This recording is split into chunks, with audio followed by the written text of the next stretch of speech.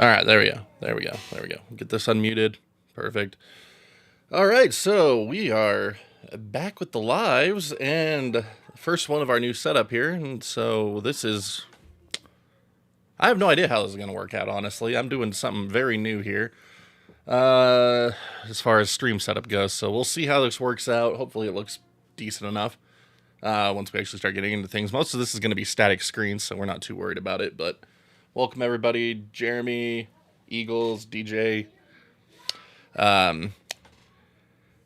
X does data news over on Twitter. X. Cobb, what up? Green Xbox Series over on Twitter as well. Welcome, everybody. Well then, Cobb with the sub. Let's freaking go. Holy crap, dude. All right, so anyway, as everyone who follows my channel is well aware, most of you are here because of Xbox Series X and S emulation stuff, and I haven't really been covering that lately just because there's been nothing to cover. It's all been mostly nothing happening as far as developments. Until about 2-3 months ago, things finally started happening again, so I've been keeping an eye out for it, and enough new stuff has happened now where I'm going to be diving back in with some updated videos coming in. But we're going to do this stream first and actually try things out, test it, see how it goes. So that way, process of making videos can go a little bit quicker, hopefully. Doesn't look like a morph. No. This is what a morph looks like. This is what a morph looks like right here. And I'm sorry, I can never recommend anyone buy this product right now. Not until they actually fix it. I should have hooked my morph up to the Xbox so that way y'all could just see all the green and blue artifacting that thing gives me. It's disgusting. Sorry. New update or just updated guide? There's been new updates on a lot of things that make it a lot better for Xbox users. So definitely worthwhile. 3DS emulation. I still don't think that's a thing on Xbox. We'll try it right now. Who knows? We'll see. Anyway, so as you can see, I'm still on 1.16 here. I have not used RetroArch in quite a while, so this is as far as I made it in my last attempt at updating the videos, so I didn't even cover everything I normally cover. Oh well. But that's the great thing about it, like, it all still works. It's, or not. Maybe I don't, no, I should have that game. Whatever. That one works. Yes, I mean, all mostly still works. I have no idea. We'll see what happens. I see green like a morph, but it's not a morph. What up, Street Breaker? You know what? I should have put my glasses on. I cannot read this chat right now. Holy crap. Hold on. Ah! Now I need to remember where I put them.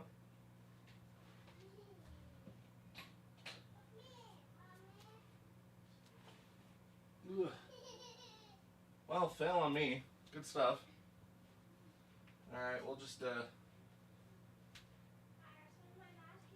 go through this half blind, I guess. Whatever. Good stuff. Anyway. Can Series S emulation be used on Steam Deck? Steam Deck can run its own emulators. Oh, hi, you're a Jedi.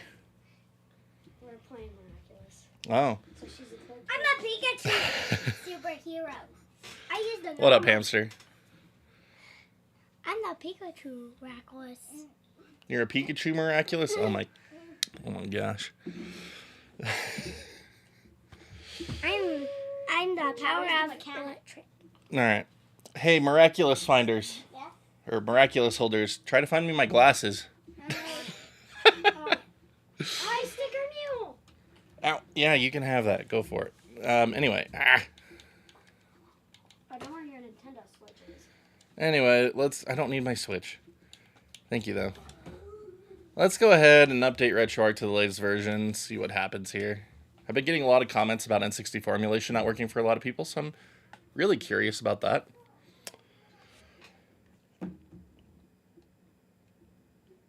Phrase you didn't think you'd hear in real life. Oh, wow, you're a Jedi. Kids, man. When you got kids, you hear a lot of weird things.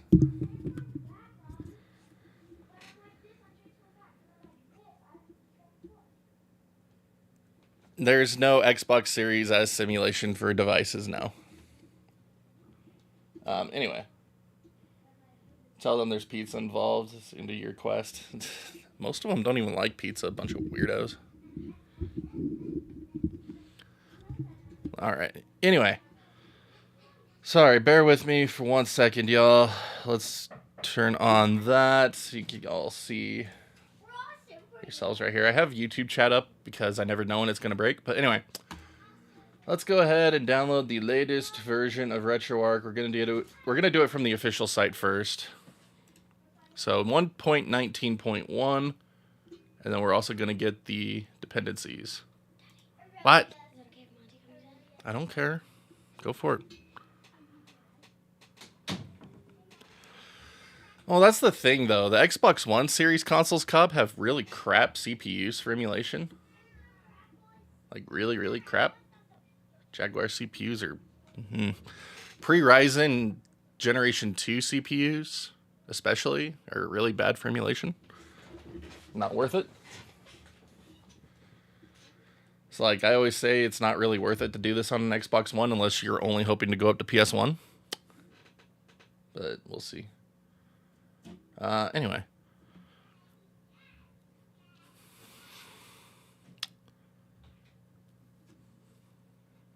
Maybe it'll download eventually. Don't really emulate these days apart from Mister. Yeah, I just do my PC. Like, the ROG Ally and PC are all I do. Like, I don't regularly use Xbox for emulation anymore, as seen by my very outdated version of RetroArch here. Too many limitations have kept it down for me. Just bear with me 1 second, y'all. Once again, sorry.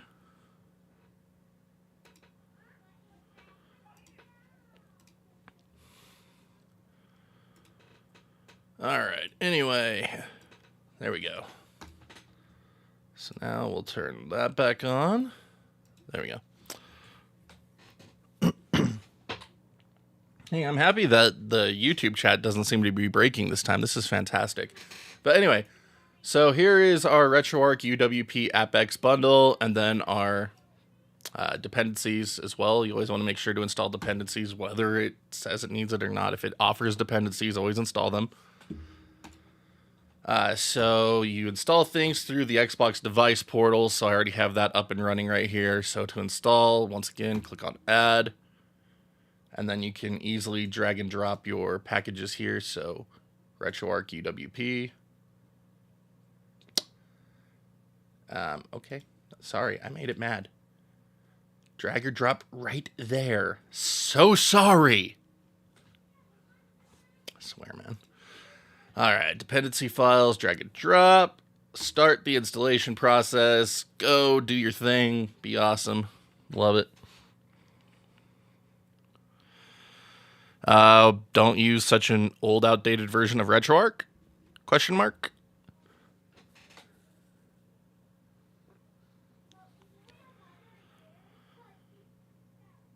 Does it support full HDR and AMD VRR through the Series S? I have no idea.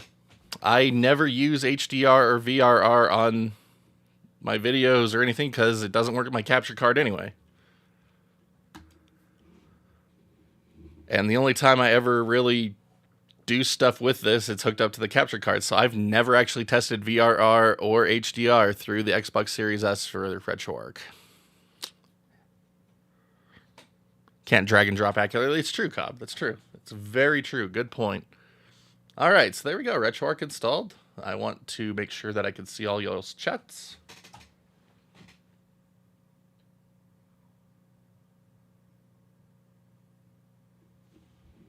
I'm not doing any network drive mapping or anything like that. We use USB. It's not worth it to do internal storage because any random system update can wipe out your Xbox. And if you're lucky enough that that never happens, awesome. But I've had like 6 comments in the last 2 days where people have had their entire setups wiped out. So, USB. Get a nice 512 gig drive for like $20.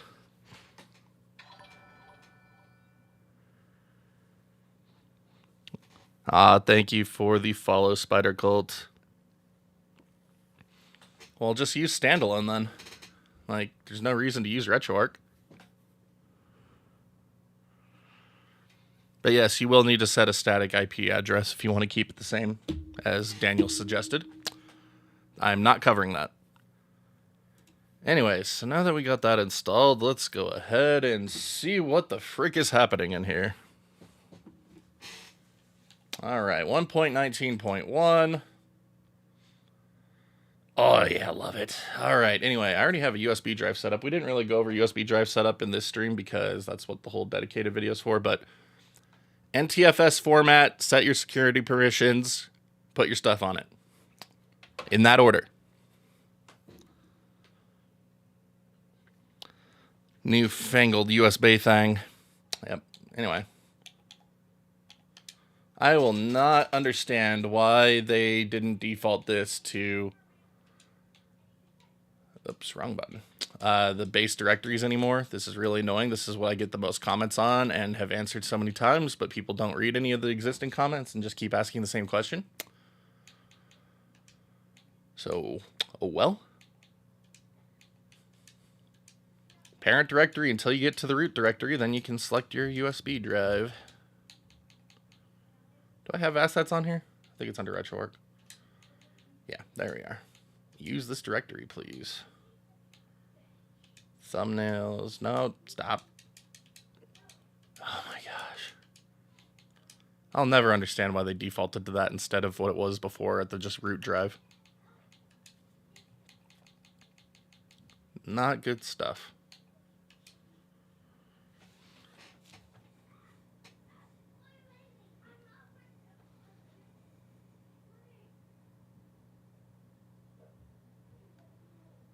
Been playing modded NBA Jam with Michael Jordan in it and MAME. Nice. I know, Cobb. Surely not.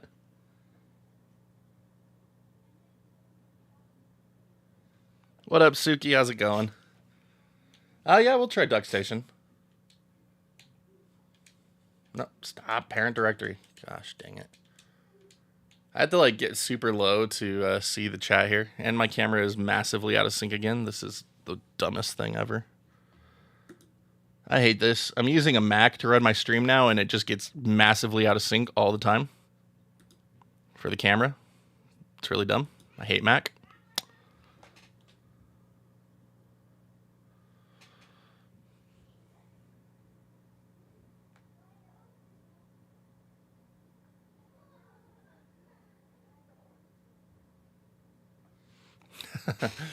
Well, I mean, you don't have to use 4K. 4K actually caused issues for a long time. But they should be fixed now. My Xbox is set to 1080p right now. Just because it's saying that I can't do 4K for whatever reason, so... whatever. Alright. Never touch cores. I never touch core info either. Just a little heads up. Dang it, parent directory is the first one. I need to remember that. Alright, cheat files. Use that directory. Video filters, auto filters, shaders. My gosh.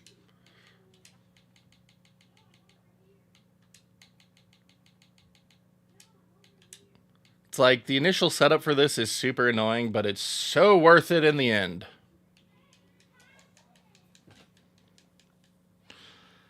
Sharp upscale it to 4K using the RetroTink 4K. Technically, I could. I directly connected it to my capture card because I wanted to use 4K, but it said no, so whatever.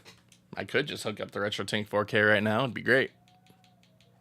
Not that it matters. I'm streaming in 1080p anyway.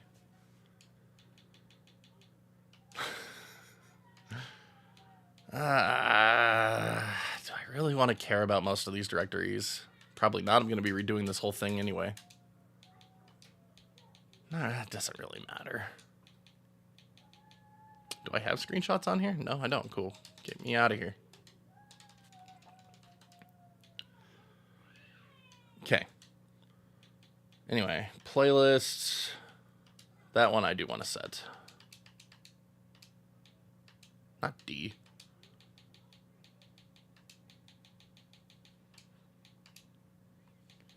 Don't need any of that. I want to get my saves. Xbox says no.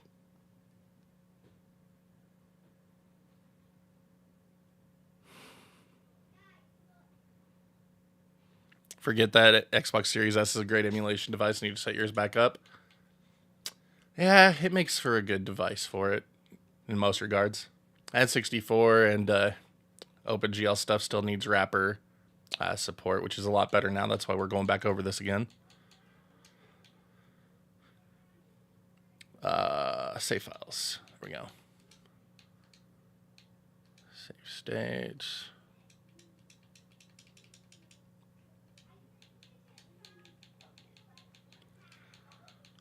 Okay, here we go. That's all we're going to worry about setting up in the directories for now. We got everything we need. Perfect. Yeah. Okay. Save current configuration. That way it takes it all. Quit out of that. Launch back in.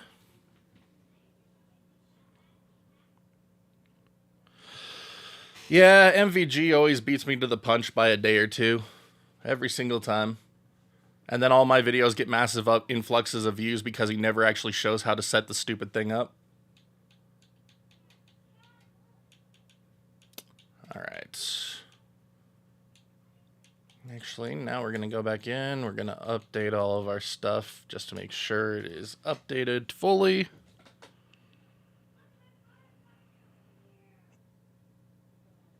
Yes, you can emulate the PS2 on Xbox Series S. There's a standalone version of PCSX2 on it that is it runs well. It's limited to DirectX as the video backend, so it's not as accurate as you get on PC, Mac, or most phones these days, but gets the job done well enough for most people. Could NetPlay PS1 games now? Man, NetPlay, that's something I've never done. You have to have friends to NetPlay. Wait, what? All right.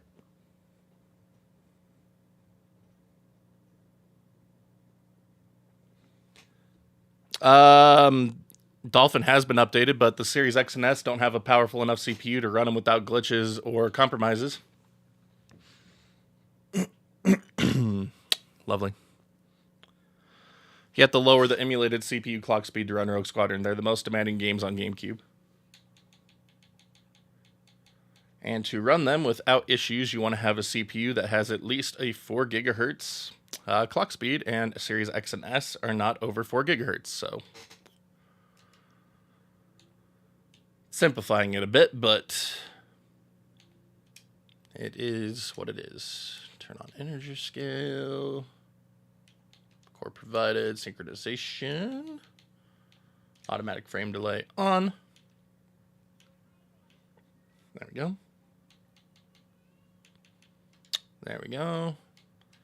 Input, let's go ahead and turn on a menu shortcut. Wait, hold on.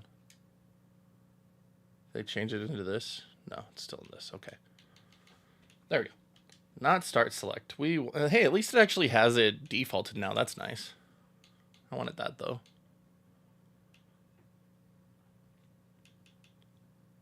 I'm not going to worry about other hotkeys at the moment.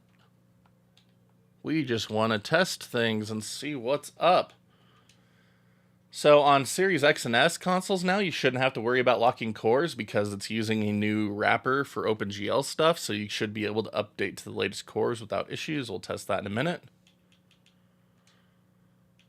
But yeah, shouldn't need to lock any cores anymore, so that's fantastic.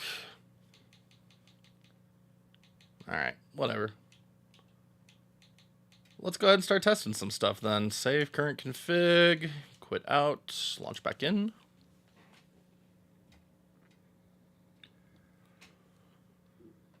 No, it cannot do PS3. Gotta go? Oh, that's too bad. What are these friends exactly?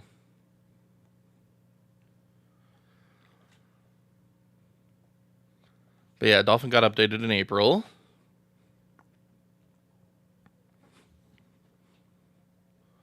Yes, XBSX 2.0 is the standalone version of PCSX 2 on Xbox. We'll cover that later. All right, so someone wanted to know about Swan Station working on this right now, so let's go ahead and try it out. Not PS2, PlayStation. All right, so let's go ahead and load up Ace Combat 2 because, yes, Sony Swan Station. Hey, love it. Actually, do I even have a PS1 BIOS on here? Yeah, I do. Okay, cool. All right, cool. That's awesome. I don't really care for Swan Station and Duck Station all that much anyway, so whatever.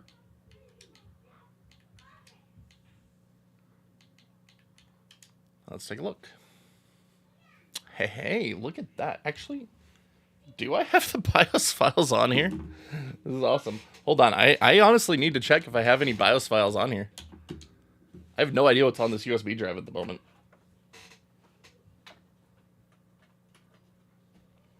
All right, let me look real quick. There's a problem with your drive. Awesome, thanks. Didn't know. I chose Beetle Saturn that second time, yeah.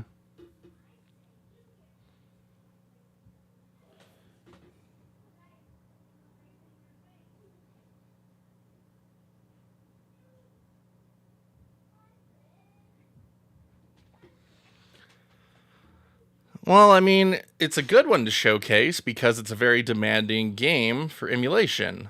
But at the same time, if you want it to run without stuttering and all that stuff, you're going to need to lower the emulated CPU clock speed for any levels that have ground terrain.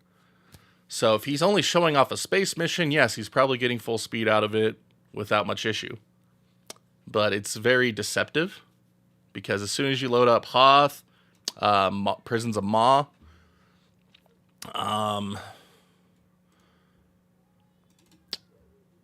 Imperial Academy Heist especially, it's a slideshow. It's a big slideshow. Okay, so I do have all of my BIOS files in here. That's good. That's good to know. Okay, cool. I'm glad that we have verified. So there is definitely some fun stuff going on here.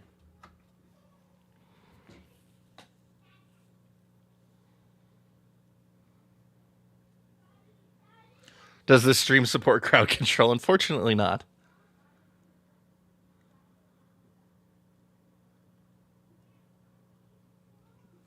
Well, I mean, I don't know. I haven't looked at the RetroArch documentation in a while. They might have changed the way things need to be placed in the BIOS folder. Let's go ahead and look at the documentation real quick because, again, we haven't used it in a while. I've not done any emulation setup guides in almost a year, so this is fun stuff. We're going to reacquaint ourselves with everything. Feels like a certain someone stream right now, Cobb. I'm learning as we go. What the heck just happened? Crowd control where you can delete my ROMs. Oh my gosh.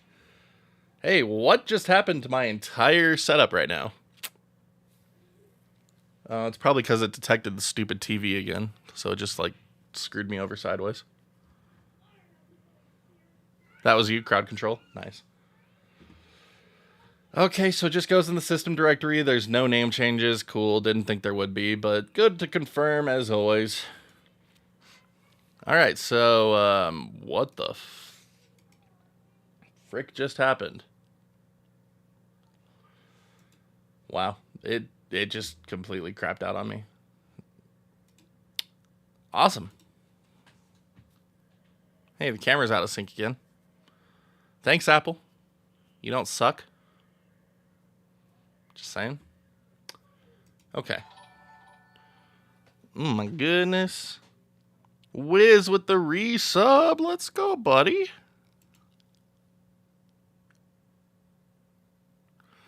Yes, you can play with real PS2s online with XBSX 2.0 on an Xbox.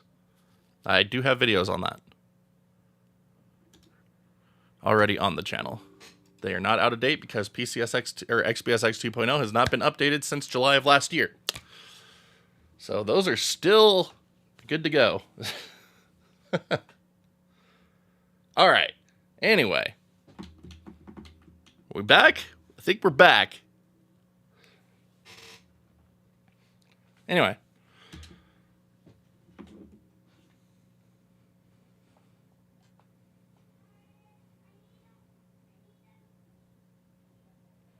What game is this, Will? It's whatever game we want it to be, buddy. Whatever game we want it to be. Anyway, let us try some N64 real quick, because that's supposed to be fixed. Love it. I love it. I love everything about this right now. It's so good. It's so good. Anyway. Let's see if we can find something that does work, shall we? There we go. Let's try Dreamcast. Maybe Dreamcast. No, I don't want to be in that folder. My gosh, I'm losing my friggin' mind. Let's see if Dreamcast will work. Hey, Dreamcast will work. There we go. So it's in Japanese by default again. I still don't know why that's a thing. I never updated my Dreamcast video, so I never set up Flycast. No, yes. Do broadband adapter emulation now? That's cool.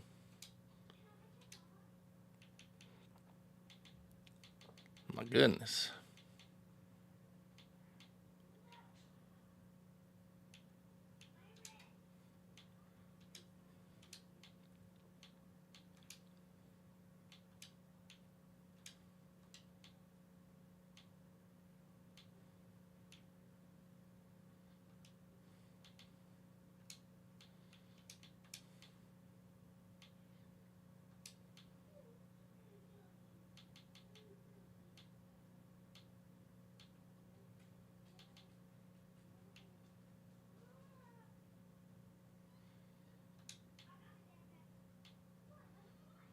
Okay.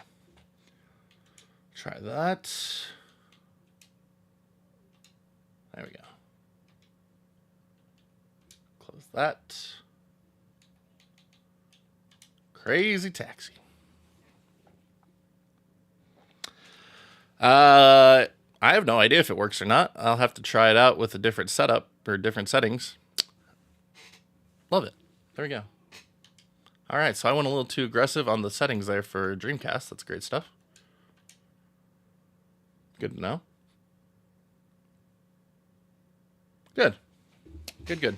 Perfect. All right. So we're going to need to delete that config file now. Good stuff.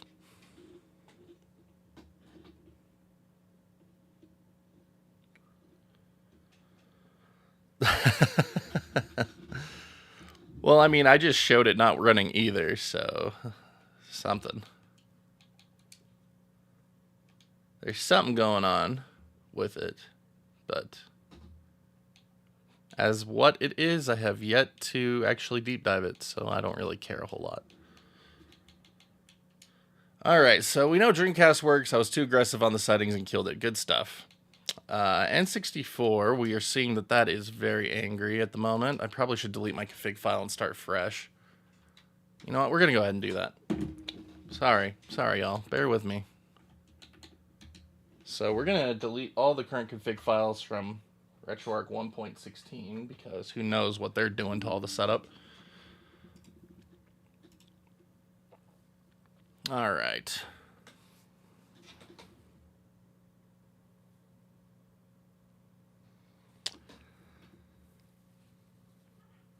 That's great. You don't need to self-promote in someone else's stream, though, because that's kind of a, like, grade A dick move.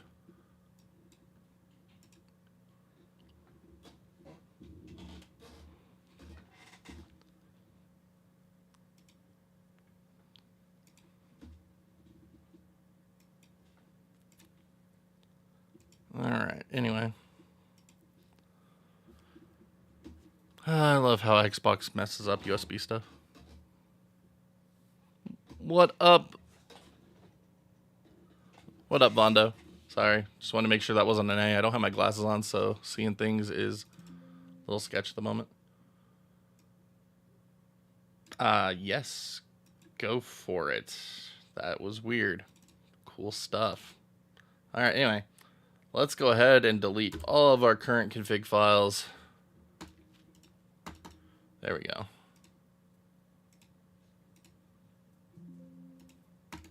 Start fresh.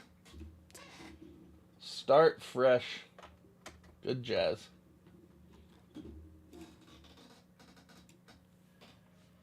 Excellent.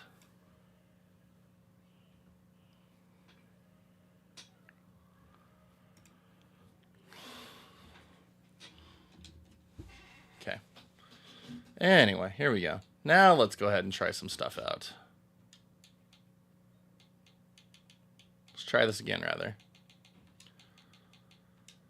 So games, we'll go PlayStation games. We'll try loading up Ace Combat again. So let's start with Swan Station. Yep, no good.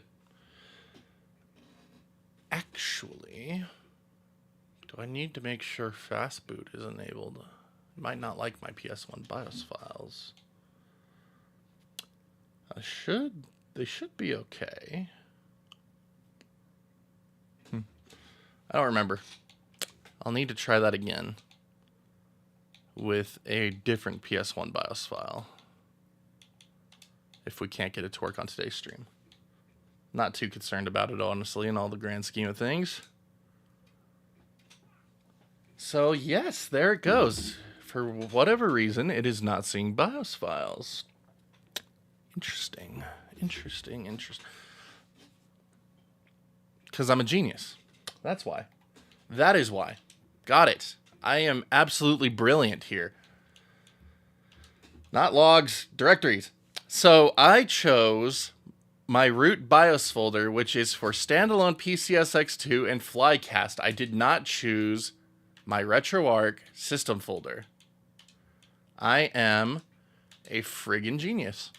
I love this. This is the great stuff about doing things live at times. You just get to realize that you're a complete moron. There we go. Now let's actually give that a shot and see what happens. Not online. Oh my gosh, configuration file. There we go.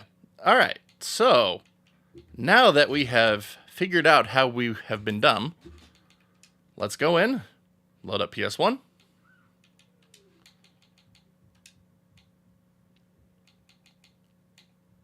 Swan Station. And there it is. Look at that. As soon as you do something right, it all works. Shocker.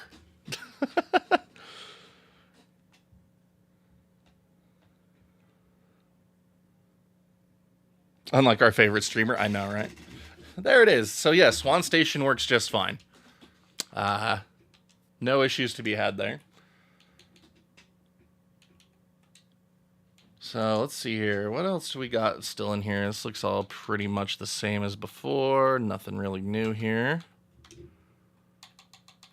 Interesting. Yeah, nothing really new there. Nothing new there. All that's pretty much the same. And all of this is pretty much the same. I might not need to update that video then. This all looks exactly the same. That's good to know. All right.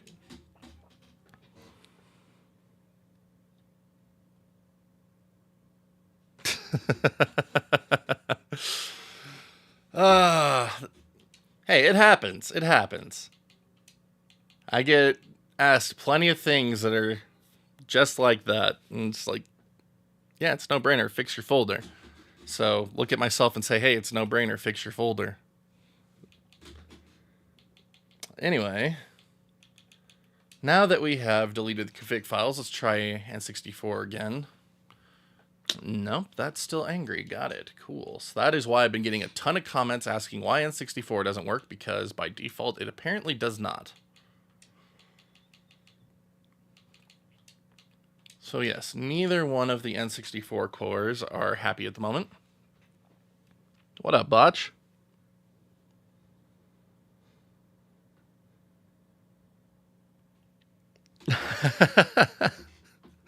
Nice hamster.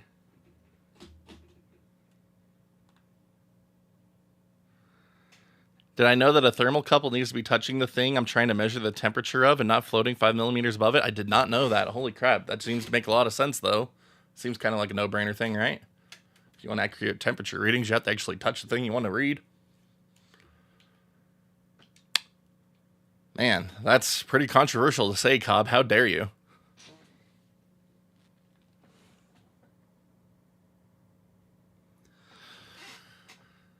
Slang shaders don't work in 1.19, you say? That seems odd. Hey, not that. This. Let's try that out. Let's load up some Game Boy Advance shaders because, hey, we're going to load up some more Ace Combat. Alright. I wish that they would hurry up and just make it so you could just download the cores from... Well, I mean, you can download the cores from the online updater. I just wish they wouldn't include them all by default anymore. It's so large. So, it is said slang shaders do not work on 1.19. Let's try it out. And we are going to try GBA color blur and motion blur. And look at that. Failed to apply shader. Good stuff. It looks like this is the case, that shaders might be a little broken on Xbox at the moment. That's fun. Yeah, failed to apply. So now the question is that because it is on USB and they broke it loading from USB, it's just not quick enough? Or is it because that they actually just don't work? Time to investigate.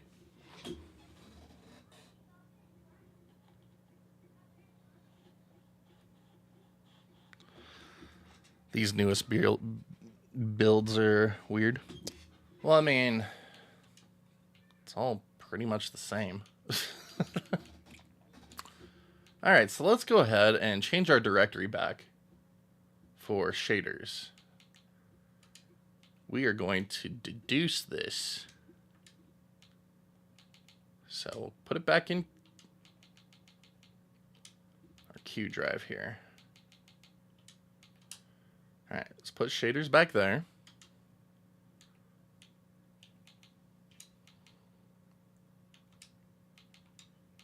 Quit out of that, load back in. Head to our online updater, we'll download our shaders.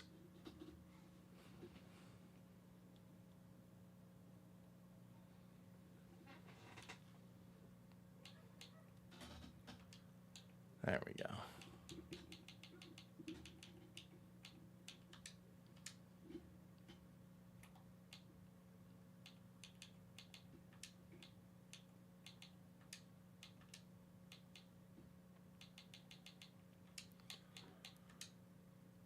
Yep. All right, so yeah, they just don't work anymore. That's great stuff.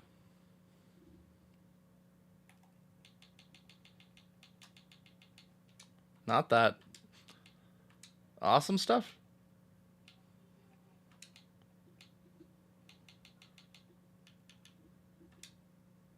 Nice. That is so fun. That is awesome.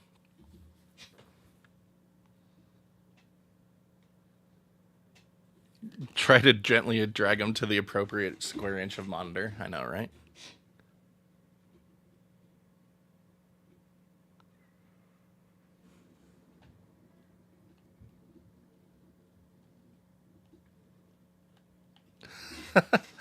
Well, we're just trying things out. You said it didn't work, so I wanted to confirm that it wasn't a USB thing. So now we've confirmed that, yes, it just doesn't work for ourselves. See, it's great. You want to listen to what everyone has to say, but you still need to verify for yourself. You don't want to just take everything at face value, because then you just end up in uneducated, I guess, is the word you want to say. So, yes, you said it doesn't work. Tried it out. Correct. Confirmed. Yes, does not work. Yes, but the thing is, you can't download GL shaders on Xbox. Like, there's no option to download GL shaders.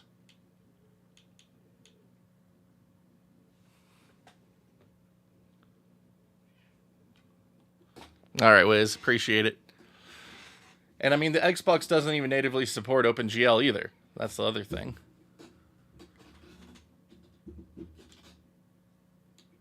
But one thing I do want to try here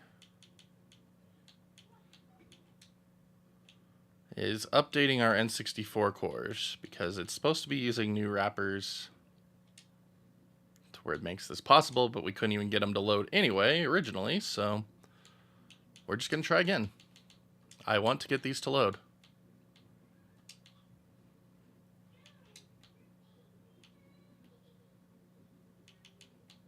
Let's try an easier game. Nope, doesn't matter. Cool. Testing is crucial. Exactly. It's like you don't test something, you release something that's broken. Imagine that being a thing. Okay, so N64 is no good. What about DS? Let's try DS. Lovely. Anyway, let's try that again from... Not that. Nintendo DS, this is one of the more popular things that people like me to cover. Melon DS, really? That's a thing? Melon DS? Cool. That still doesn't work.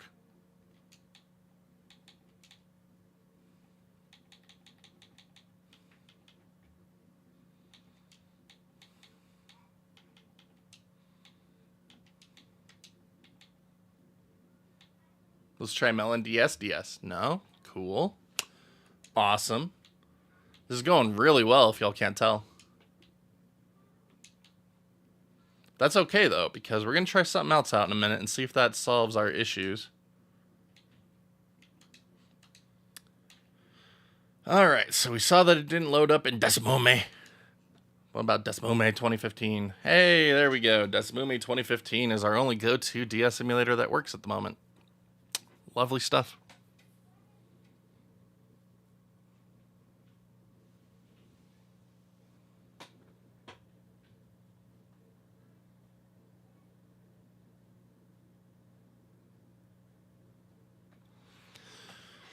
Yeah, we downloaded the latest version, so we're on 1.19.1.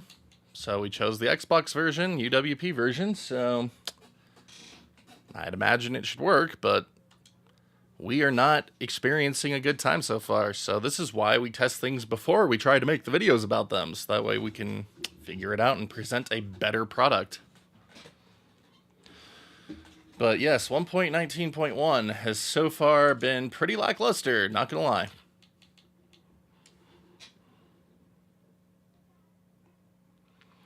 Do XBSX 2.0? Well, I mean, it's not going to be any different than the videos I already made. It hasn't been updated yet from last year, so there's really nothing about it that's different. Alright, let's see if 3DO works. Hey, where did my screen go? Awesome. Good stuff.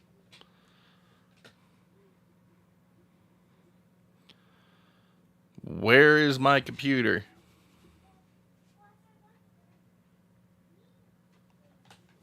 And the camera's out of sync again. Love it. So good. Alright, so that just completely crapped out my entire stream capture. That's great. Love it. Love it. Love that everything just crashed so beautifully. Like I said, I didn't know how this stream setup is going to work. I hate it so far. Man. This is what happens. This is what happens when you don't do everything from the actual computer itself. It just doesn't go well. All right, this dual PC setup, or PC/Mac setup, is going to go away. I don't like this. It's terrible.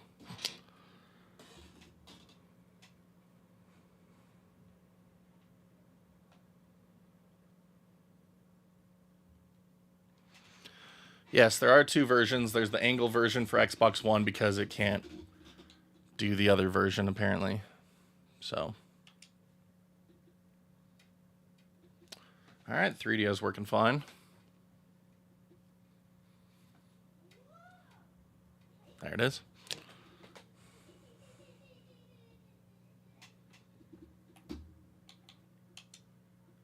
So that's good.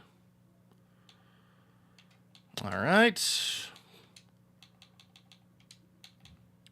All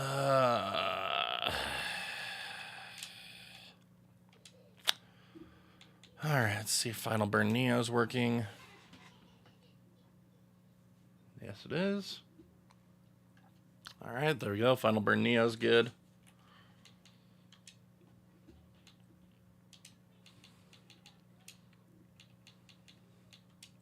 Let's try that again in MAME.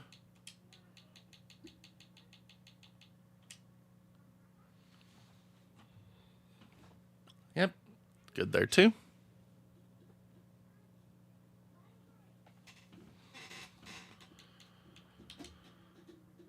All right, let's try.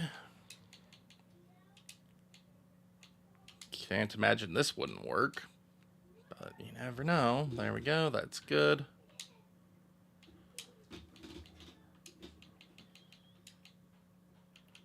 All right, Atari 5200 games. Put that in A5200. There we go, all good. Good, good.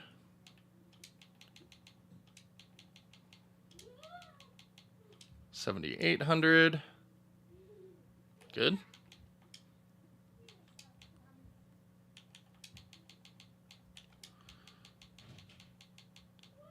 All right, let's try out some DOSBox Pure nonsense real quick. DOSBox Pure. And we are good, yes. Excellent. Dude, I love this new startup menu for DOSBox Pure. I haven't used this in a while. This looks a lot nicer. That's really cool. Ah, beautiful. Love to see it. Love to see that. Okay. So for the most part, everything is working as you would expect. Yes, it's just N64 that seems to be having issues at the moment, and that's likely due to, well, NDS. But those are both OpenGL cores, and so we seem to be having issues with either Mesa or Angle at the moment. So not unsurprising, to be completely honest.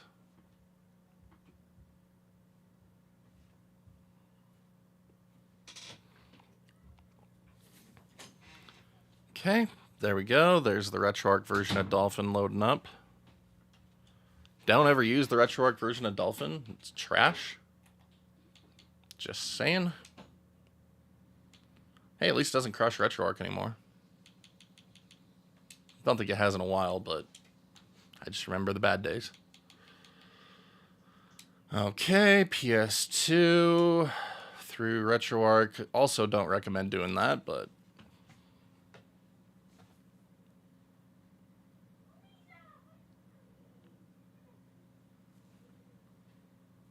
I actually don't know if I have my PS2 BIOS in place for this. Although I thought I had a HLE one now. I don't remember.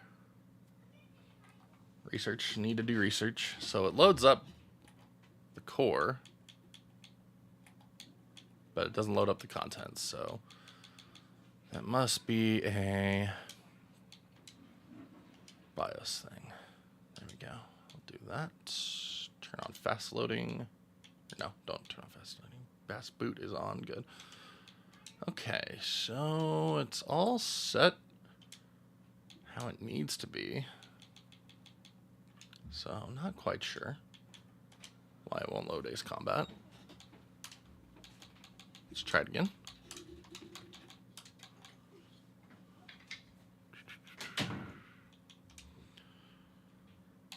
Okay, I'll try 007 Nightfire instead then. It's always a good go-to. There we go. Yes, I did see that they ported that.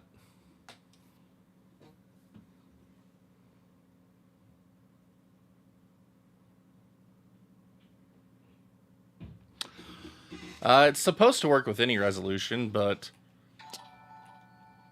you never know. I'm at 1080p right now, so my capture card won't even let me load up 4K at the moment, so. Awesome, we have crashed RetroArch. Perfect. Thing of beauty. Love it. Okay. Hinton, thank you so much for the YouTube sub. Appreciate it. Anyway, so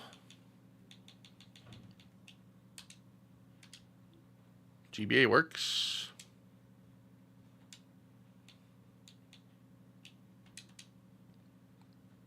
Game Boy Color works. GameCube works. DS only works with the one core at the moment. Alright, messing. Just messing with you. There we go. Works. Super Nintendo. Works. Like, these are all things I expect to work because they're not using any like fancy backends, but so yeah, PS2 should work, but for whatever reason, it does not. Won't load it. Good to know. You don't want to use PS2 in RetroArch anyway, so like this isn't that big of a. And then it works, of course, of course, of course.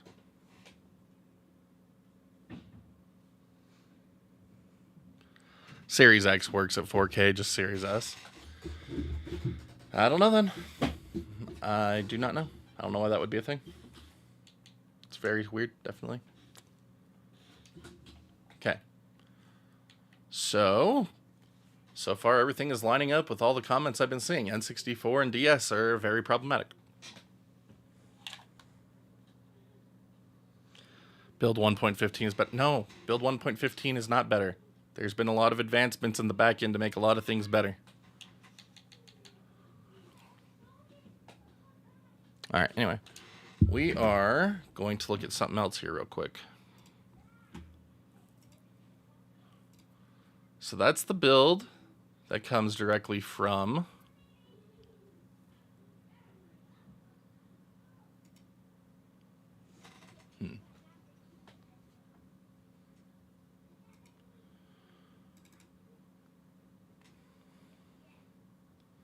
That is the build that comes from the RetroArch site, so I'm assuming that's supposed to be the Mesa one.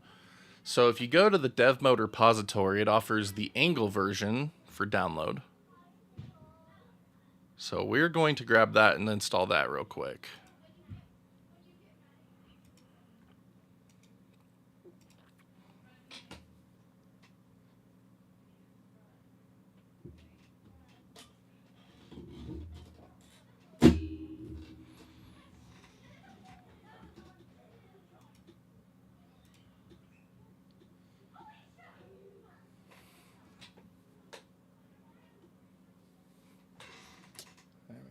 Keep that. Okay, let's do this.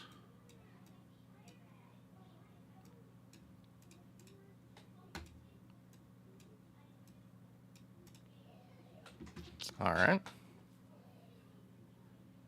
Good job, I broke it. I hope I break it. That's kind of what I do. I like to break things.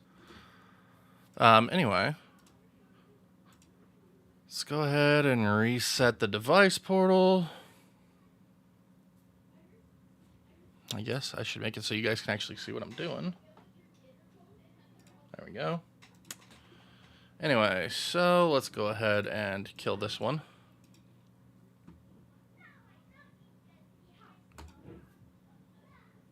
There we go. Add in our confirmed Angle version for Xbox One.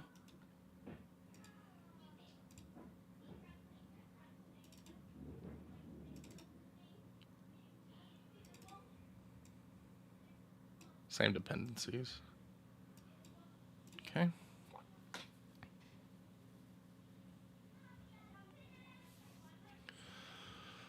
Well, I'm not joining any Discord servers.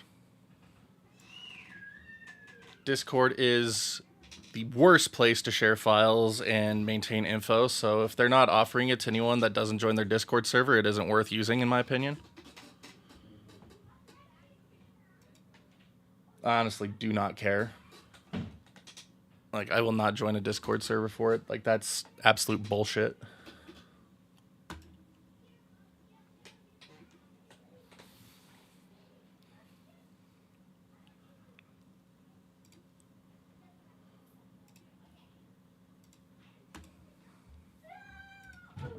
There we go.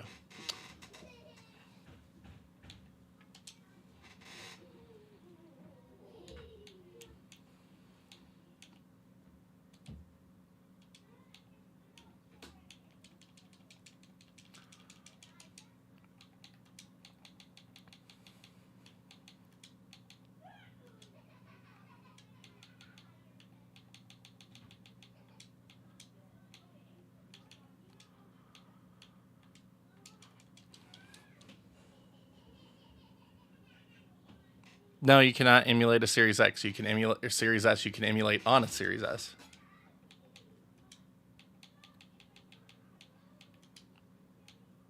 All right.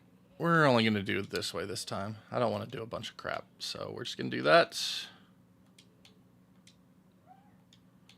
Quit out. Load back in. So yes, I expect that these are the same versions according to what Vondo has said. That they're only offering the Angle version.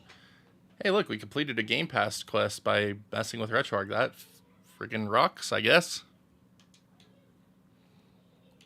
So I expect to see the exact same... Never mind, we need to update our core info files. Love it. Okay, there we go. Use your Series S all the time on your Series S. Nice. No, we're not going to update the full folders again. We're not going to make anyone subjected to that crap again. We're just, we just got the two we need for best possible outcome. Oh, love it. I love it so much.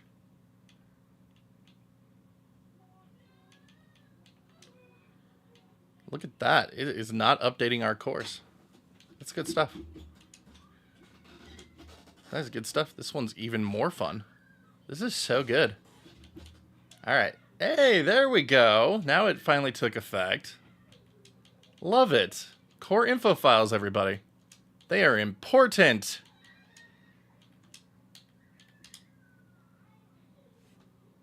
There it is. Yeah, so the Angle version of the core just doesn't work. They might not even be providing an Angle copy of the core to begin with.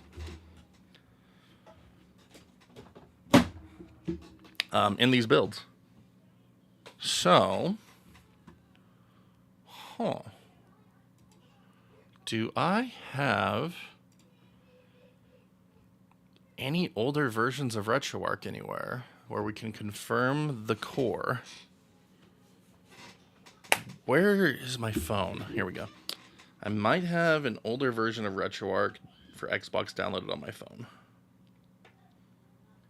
So, sorry, just bear with me. We're just gonna take a look real quick. Some older versions of PPSSPP on here.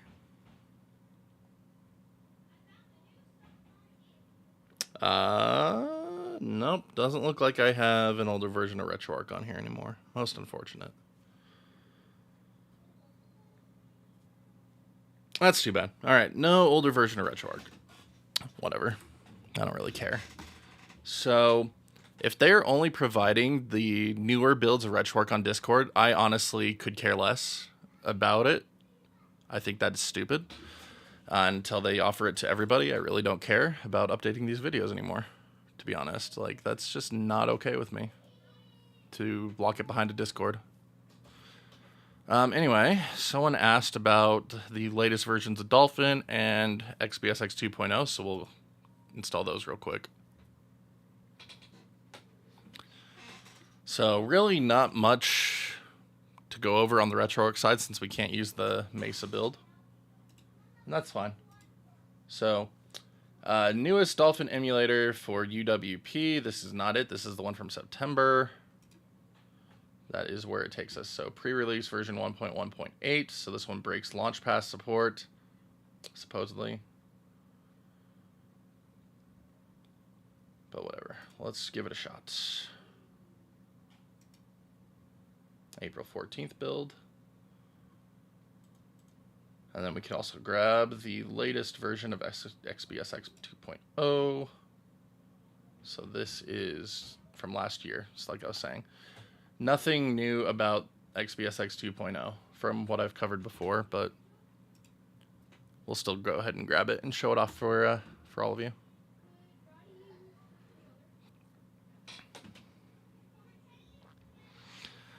Get RetroArch on Game Pass. It gave me a Game Pass quest completion when I loaded it, so fun stuff.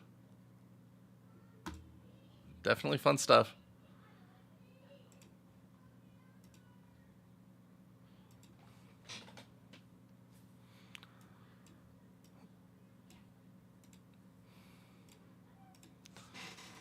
All right, get the device portal brought back up. There we go.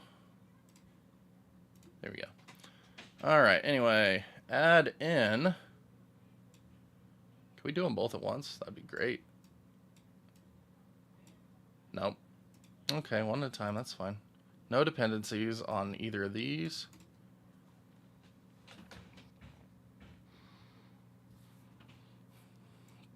Done. Then we'll add in XBSX 2.0. Done.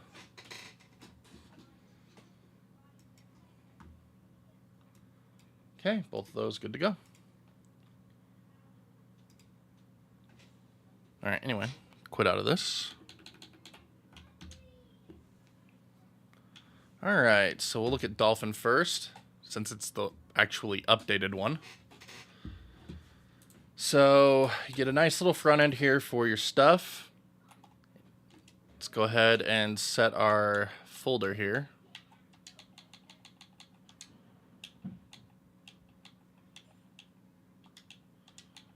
All right, set Dolphin user folder location.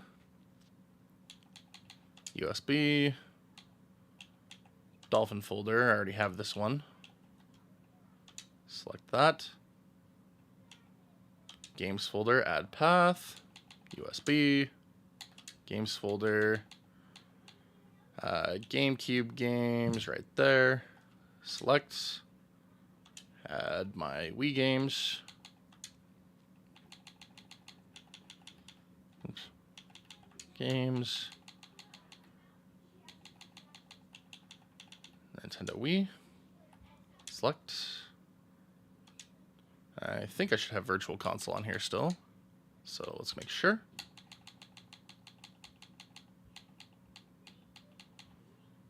Wii Virtual Console, there we go. Select. Cool.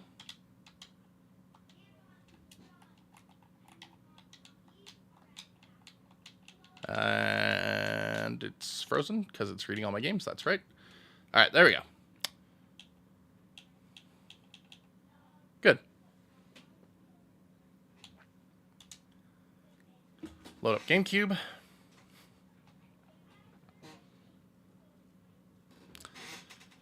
And no issues. Good stuff. We should try out multiplayer soon. Okay.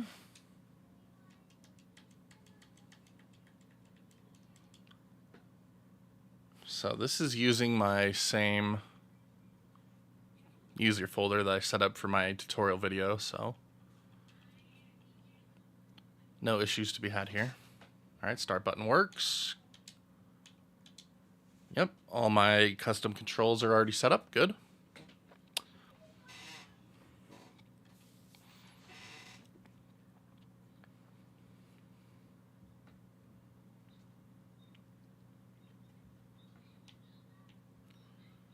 Oof, forgot default controls are legacy. It's so good. There we go.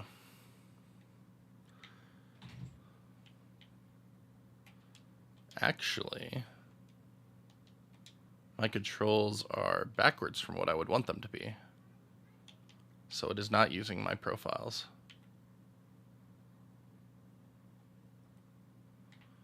Okay, that's fine. That's what this is for. Controls. Xbox One controller. Default. Let's give that a shot.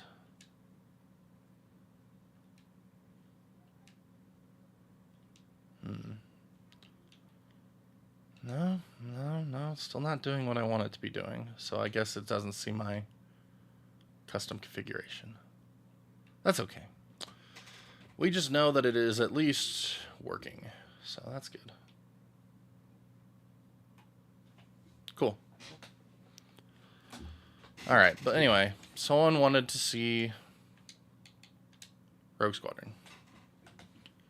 So let's go ahead and... the caching of titles. Oh, it's so good. It's so good. It's so good, y'all. I love it. I don't think I'm getting YouTube chat anymore. Hold on.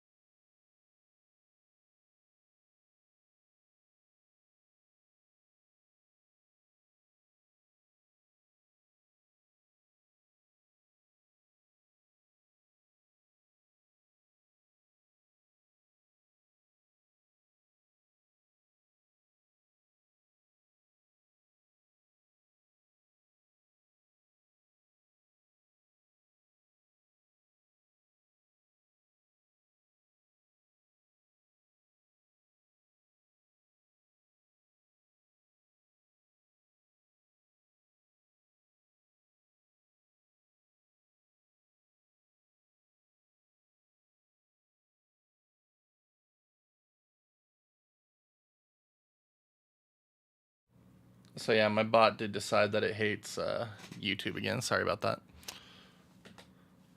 But, yep. Yeah, I refuse to join a Discord server for stuff. Like, I'm sorry. I refuse. Previous versions are on GitHub.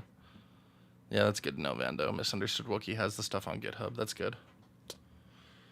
That's good information to know. Okay, so it does not like loading up Rogue Squadron at the moment. Let's try reloading that again.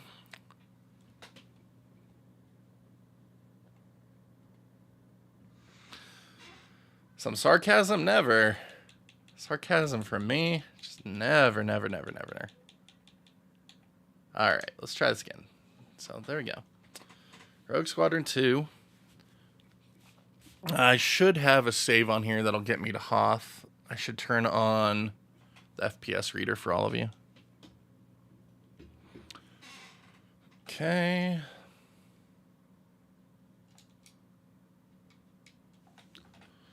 I am not on Hoth. Awesome.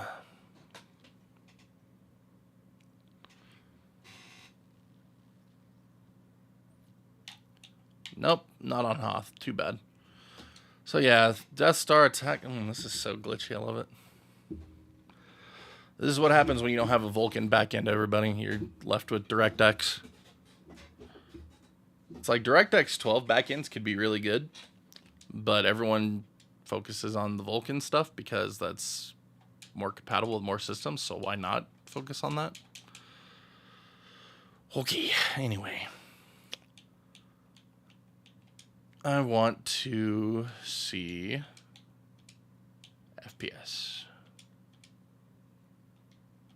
Actually, let's do that too. So,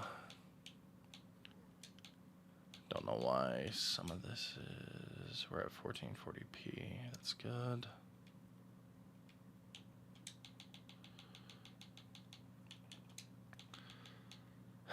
That's right, we're on skip drawing because that's the fastest way to avoid drops because Uber shaders probably still don't work. And if you have synchronous, then you're going to have shader compilation stutter.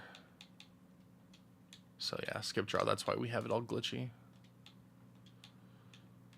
Only takes a little bit to remember why we have things the way we do.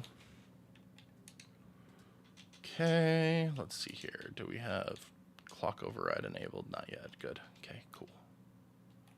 Close out of that. Okay.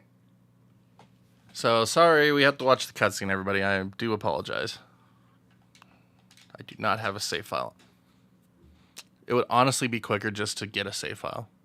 Never mind, we're going to do that. I do not want to sit through all this just to show you all what I meant about CPU clock speeds. I'm just going to copy over a save file.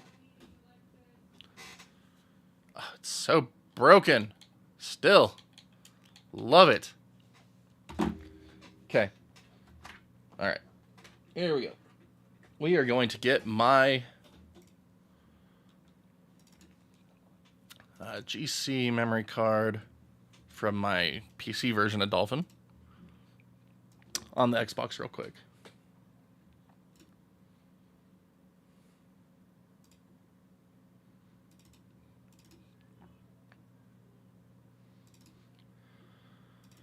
Because it would just be so much faster.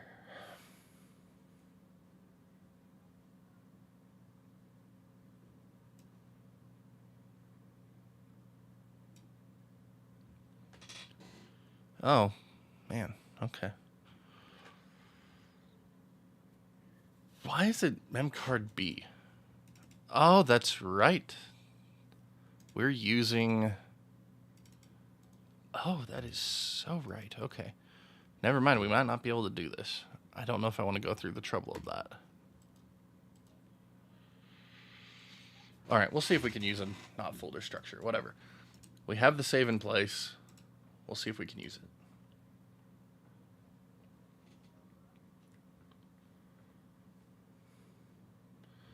All right. What up, Carl? Sorry for missing your chat for a second.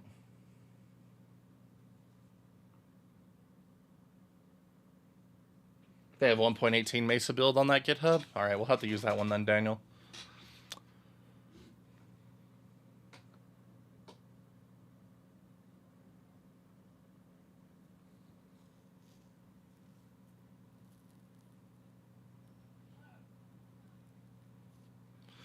Yes, Mr. Hyde. Dolphin has been updated. We're checking it out right now, but I just wanted to get my save file for Rogue Squadron 2 because it's annoying. Should factory reset affect dev mode setup? No, shouldn't. I mean, you're just resetting the console to its factory setting, and dev mode is an official Microsoft operating mode, so... So having to do factory reset shouldn't affect anything, no. So, it's unfortunate. That is unfortunate. Okay. Anyway, let me see if I can use my... I have my memory card in standard format. Hello? Did not pick that up. I don't think it picked that up. All right.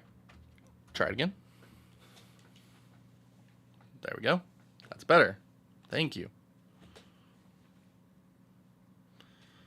Oh, I just got angry. Got it. Cool. Done deal. Yeah, it just got super angry. Got it. Love this crap. Dolphin, select, add path. Well, actually, no, we shouldn't have to add these paths because once we quit out of Dolphin and load back in, it should already be set to those paths.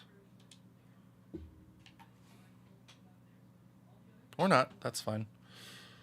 Fine.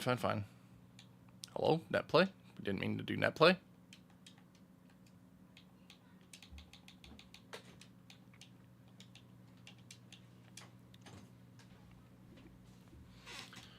Okay.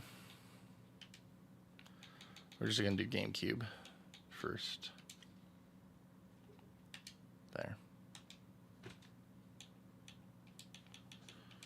GameCube, slot A. We want a memory card. It won't let us select the memory card, though, will it?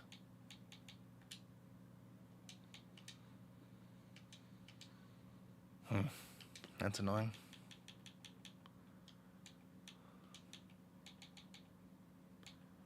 That's fine.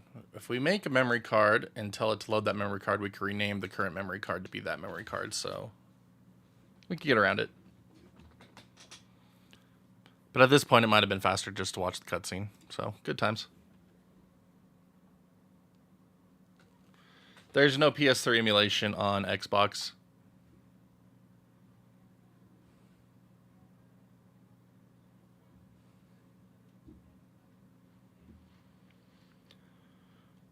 "60 cores confirmed working." Nice. Yeah, I'm glad that the Mesa builds exist, but I'm not thinking that whole Discord release idea is really great, so I'm glad that there's at least a one version behind version available. Because, yeah, locking things behind Discord is just... I think people that do that are really problematic. Discord is one of the worst and best things that have ever happened to modern tech. It's like, it's a great voice platform, but the fact that people use it as a way of releasing things and storing information, like, none of that is archivable, none of that is searchable. Like, it's inaccessible to the overwhelming majority of people, and that's not okay. Like, forums are way better for that type of thing, even though they weren't even the greatest, but at least you could Google search a forum. You could pull up forum threads from like 20 years ago and still have all of that information available. And that is massively better than what Discord does. Like, Discord, just someone decides to delete their channel on a whim, guess what? All that information is just gone. Doesn't matter. Freaking hate Discord.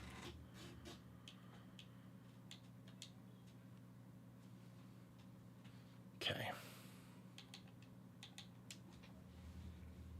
Okay, now that it created a memory card in slot A for me, let's get our save.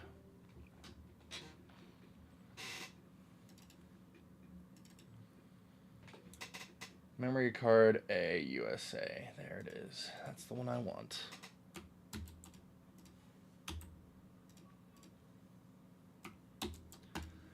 There we go. Thank you all for being patient with me.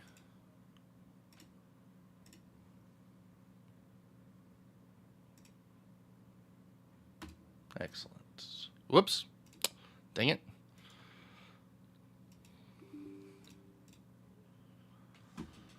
Anyway.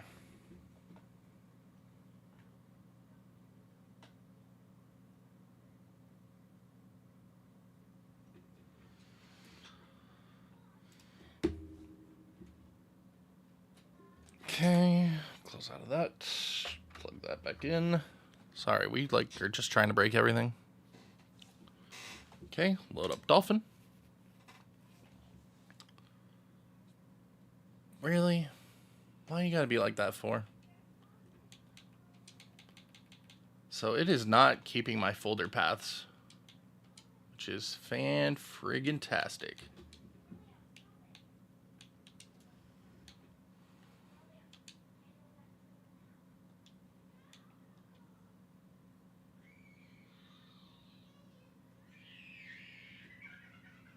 Okay. All right. Good times.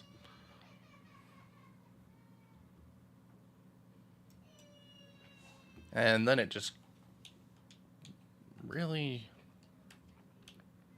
does not want to be nice.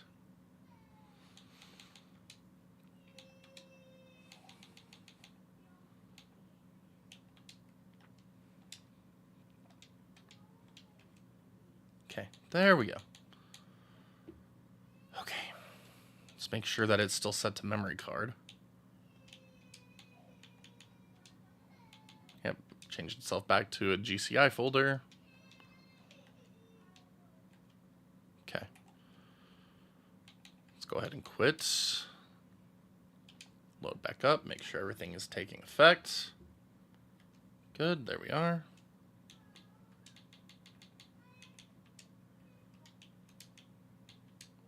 Okay, memory card, good. Okay, now we should be able to load to the levels I want to actually show you.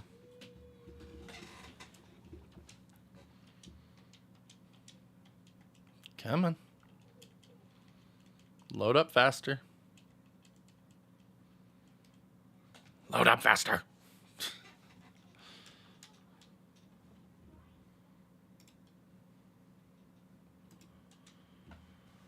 Hey, there we go. There's all of our saves. Perfect.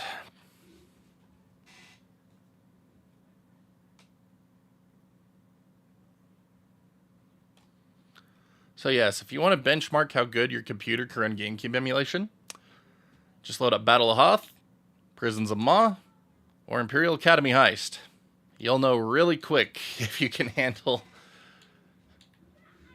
the most demanding GameCube emulation. I mean, most modern PCs, like you bought in the last 3 or 4 years, should really have no trouble with these games, as long as they're moderately powered.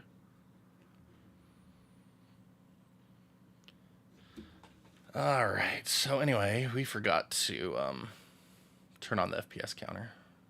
Oh, now we froze it. Awesome, this is going great. Fantastic. Good stuff. Okay. Let's make sure those are on before we load the game up this time.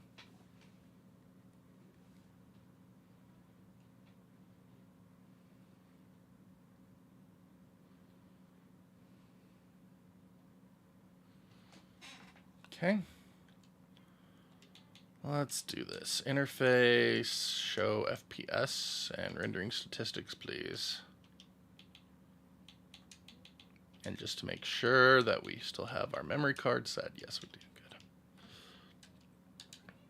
Paranoid about it not doing the things right.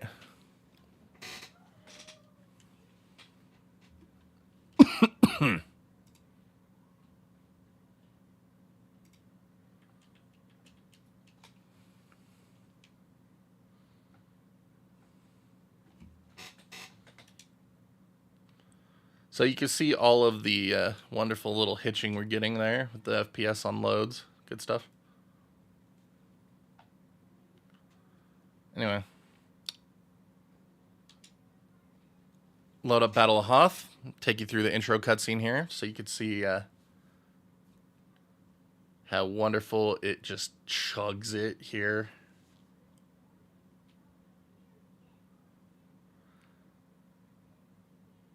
So, as you can see,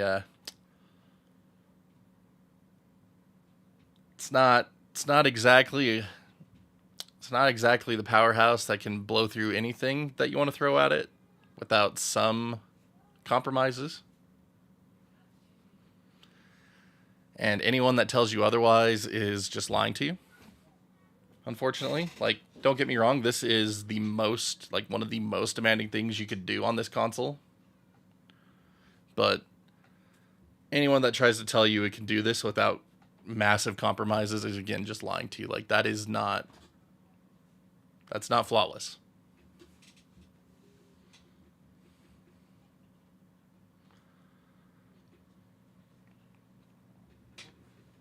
Hi, what do you need?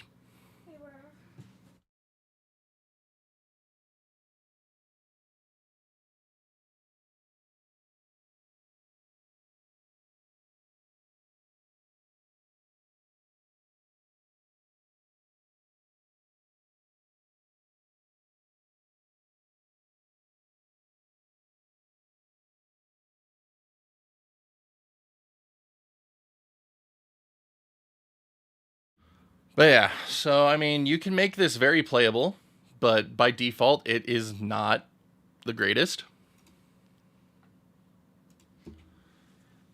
So again, like, this is one of the worst case scenarios when it comes to emulating on the Series X and S.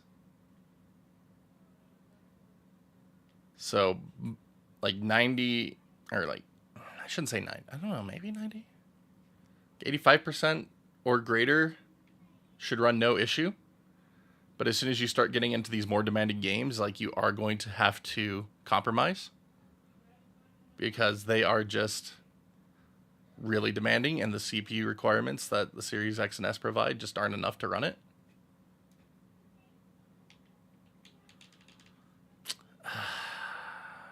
Darn. Okay, it just completely froze up. That's awesome. Can't do in-game menu with that game.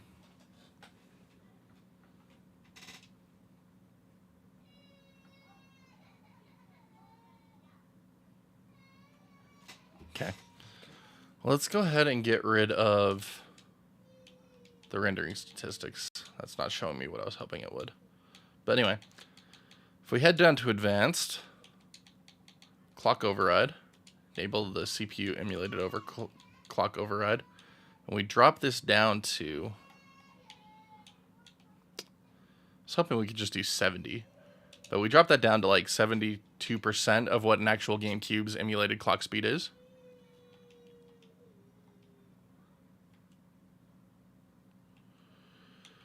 Technically, actually, no, I want to do this because there's enable VI skip, and this will,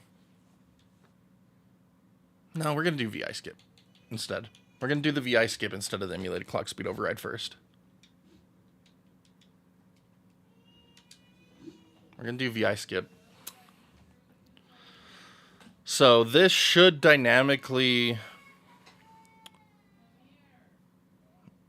I don't know how best to describe this. I don't want to run my mouth because it'll probably be most likely inaccurate. But essentially, it will run the game at full speed at what the device is capable of. So you will sacrifice FPS, but you won't get the stuttering, the hitching, the audio bugs. So it results in a more playable experience, and most games are compatible with it.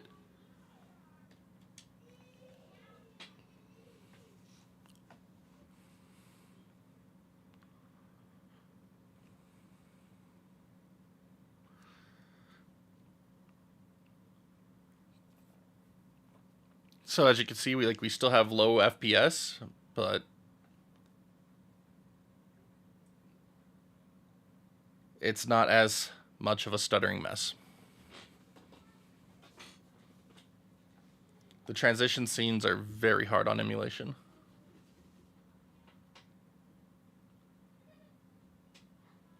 So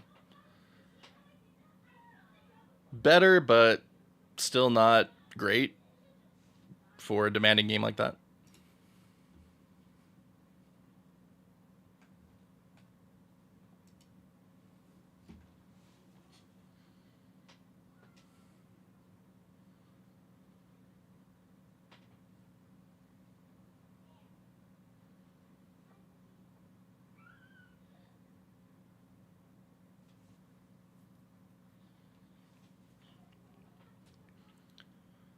But yeah, so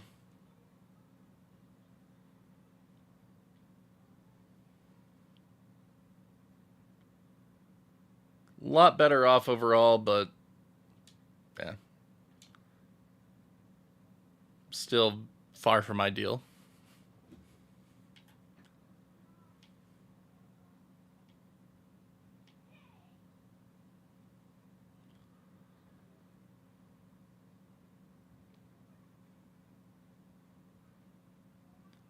I just realized I'm probably not on skip draw anymore either.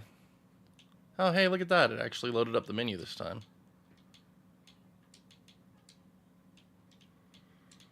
Yeah, what's our shader complement? Yep, synchronous. That's what I thought. Let's turn on skip drawing, so that way we don't have any of those micro stutters for that.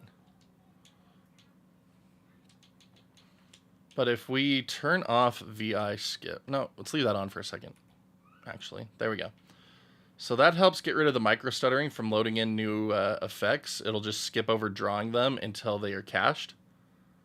And so yeah, that does make quite a big difference with VI skip enabled as well. But you can see that when we have a lot more terrain loaded in a greater area, we are still seeing wild fluctuations from our 60 FPS to 30 FPS and sometimes lower. So good jazz. Bender's back, baby! Welcome back, Wiz. So yeah, you are able to run Rogue Squadron 2. I don't know if... Again, I can't claim it runs flawlessly. Far from it. A lot of sacrifices to be made to get this game running for quite a number of its levels. So as you can see, it's skipping drawing the sky in some of these turns that I've been doing because of the fact that I have skip draw enabled, just so we don't have micro stuttering. Micro stuttering is way worse than anything for most games, in my opinion. But yeah, with VI skip enabled, that is a lot easier to get set up to be runnable. So enable this option on Xbox. GameCube more powerful than most people's computers, then, Wiz. But yeah, so as you can see here, we turn VI skip off. You see how the frame rate has dropped into the yellows. That means that we are experiencing audio stutters and cutouts as that happens. So again, that's why VI skip is important. It'll make it so that audio doesn't cut out.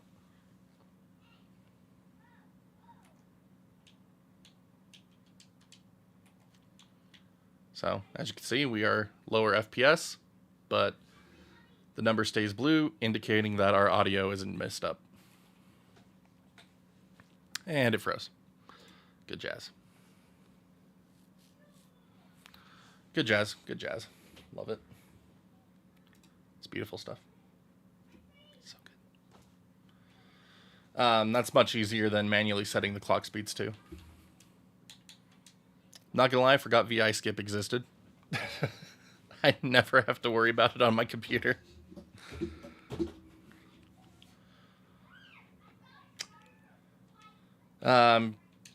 But just out of curiosity for anyone wondering what the old clock override could do, we'll just do that real quick.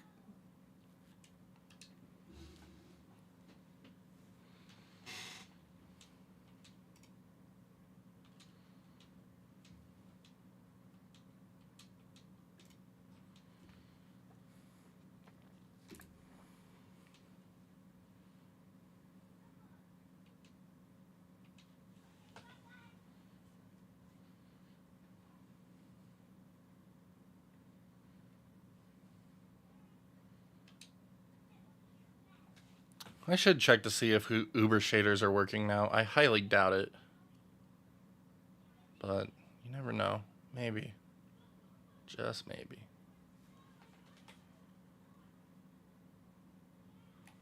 Okay.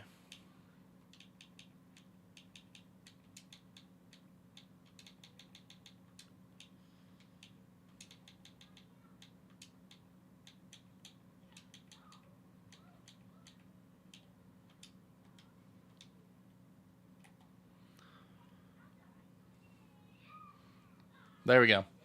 So drop the emulated clock speed of the GameCube down to 50%, makes it less demanding to emulate. So we sacrifice massive FPS in the game, but it provides us a more stable audio and somewhat game experience. So similar results, different ways of going about it. VI skip is definitely a much nicer way to go about it. But the FPS counter is really nice because if it's you see it dropping into that that yellow space, you know your audio's crapping out on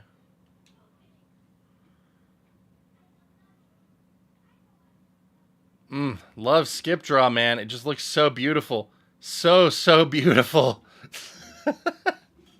So good.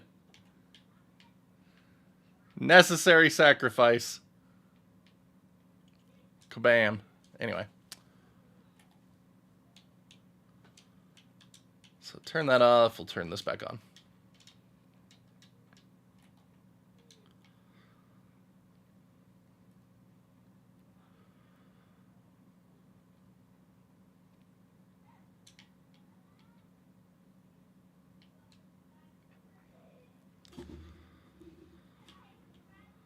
So yeah, there we go.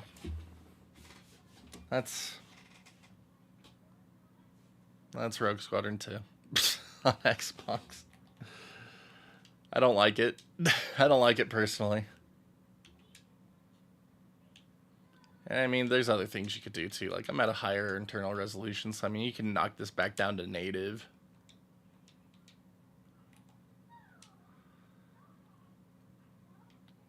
GPU really isn't the problem when it comes to Rogue Squadron on Xbox, though. It's all CPU.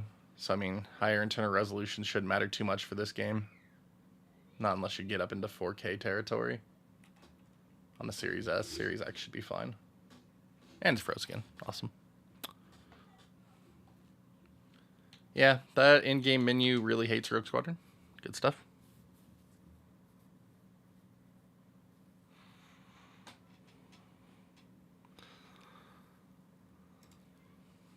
Anyway. XBSX 2.0, there's nothing new about this one yet.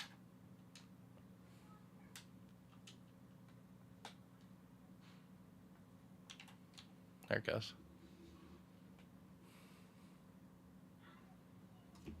Nice.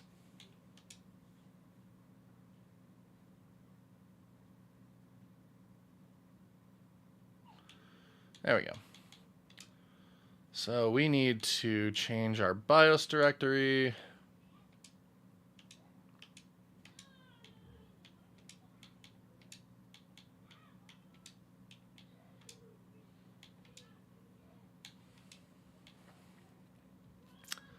There we go.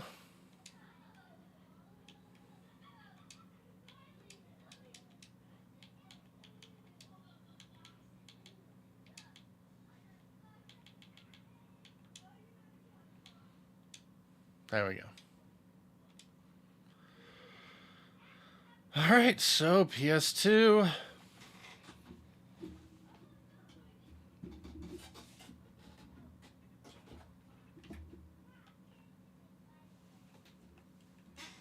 And PS2 is a lot better off than GameCube in most regards. It requires a little less CPU power for most things.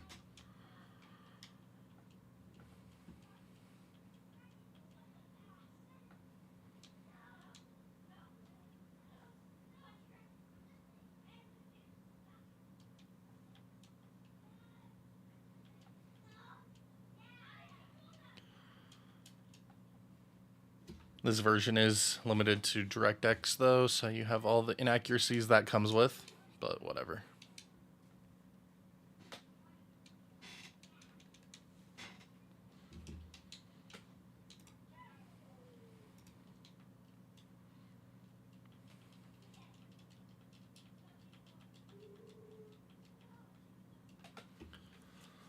So yeah, some jacked up clouds.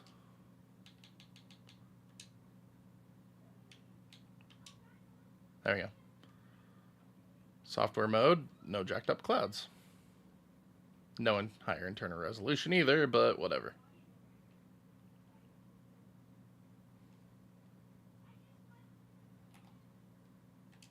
Was this one of the ones where if you switch back to hardware, it works again? I don't remember. No, it's still broken for the clouds. Got it. It's an old version of PCSX2 at this point, unfortunately. Believe an update is in the works for this if it hasn't already been released on Discord or something.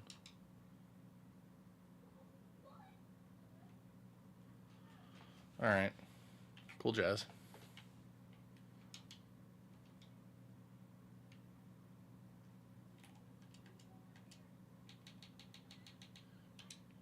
Cool.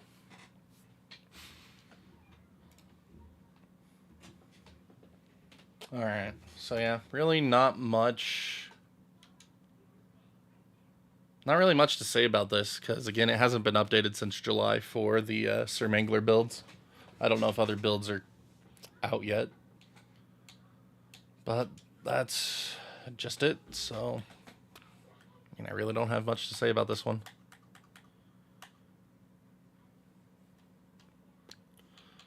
Anyway, let me look up the older misunderstood Wookiee build that might be on GitHub.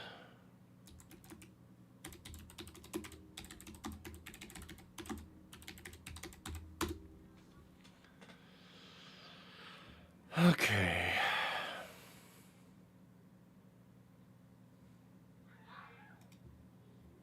RetroArch UWP. Oh, there we go. 1.19.5 version.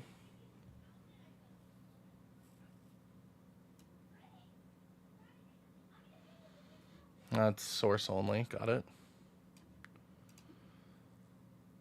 There's the Angle version. There's the Mesa version. There it is. So there we go. Mesa version.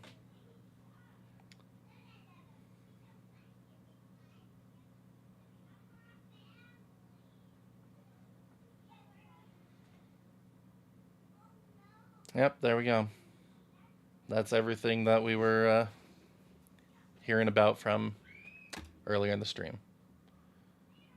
So if we grab that. Okay.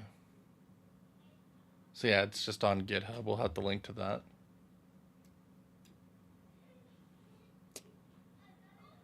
Okay. That's good to know.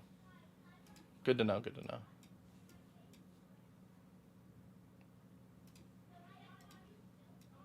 Okay.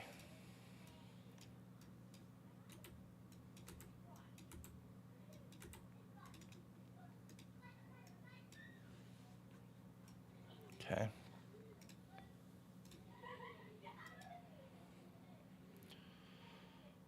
Oh, sorry. Forgot to change that over.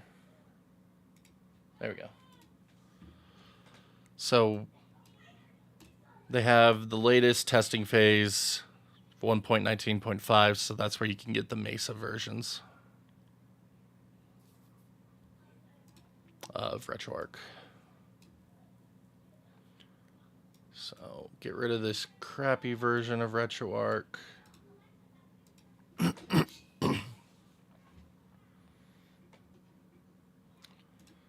And then we'll add in the new one. There we go.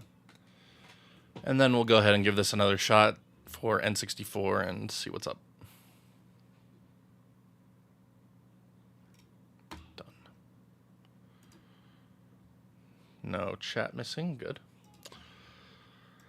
All right, cool deal. So there we go, RetroArch Mesa. That's what we want to see. Ah, boy. Okay, that's fine.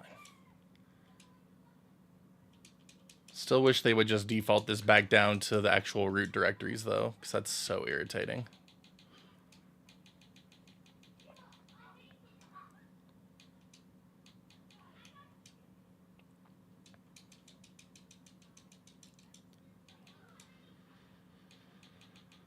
Alright, RetroArch assets. Use this directory. Okay. Config files, save current config. Quit. Reload. There we go, that's better. So now when we go to the online updater.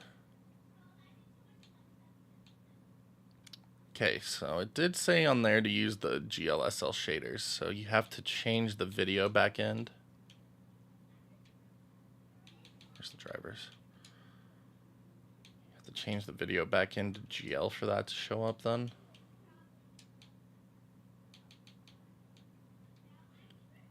Let's try that. We're just experimenting with stuff right now. Don't pay any attention to what I'm doing at the moment. Okay, so that does not appear to be it. Well, it didn't save the config. Okay.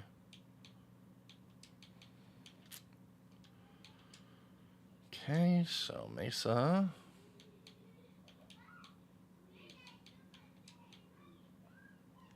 We still only get slang shaders in our online updater. Not playlists. Yeah, it's not saving that to GL, even though we told it to. Save current config. RetroArch Mesa.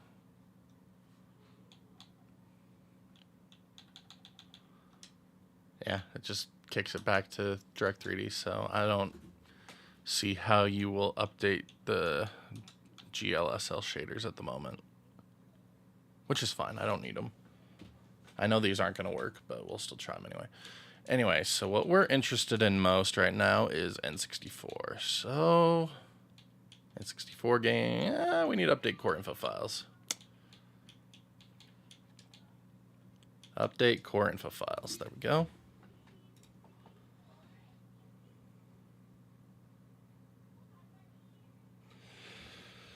Well, yeah, I don't know why they changed that with 1.17, or was it 1.16? I don't remember which one it was, but they changed it so it just defaulted into the Q drive instead of being on the root directory. And it has been nothing but a headache ever since they implemented that change. It's like, why? Like, their own recommendations is for everybody to be using a USB drive at the moment. Like, I got a number of people pissed off at me for showing the internal drive stuff to begin with. So it's like, okay, I'll do USB.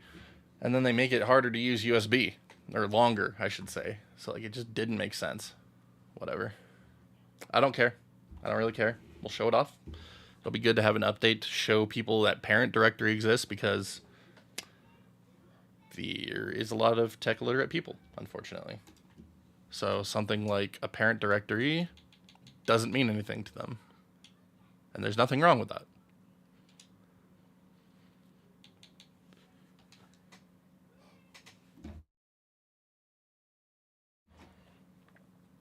Alright, anyway. I want N64 games.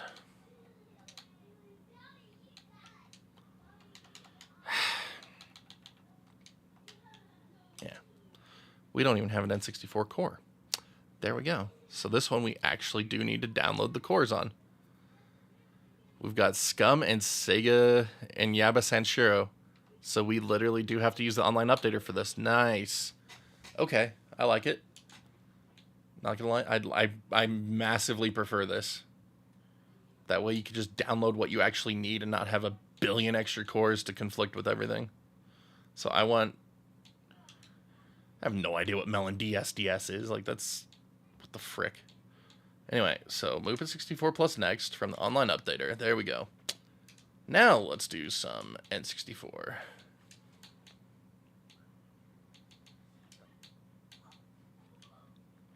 I haven't even changed any of my settings for integer scaling or anything like that.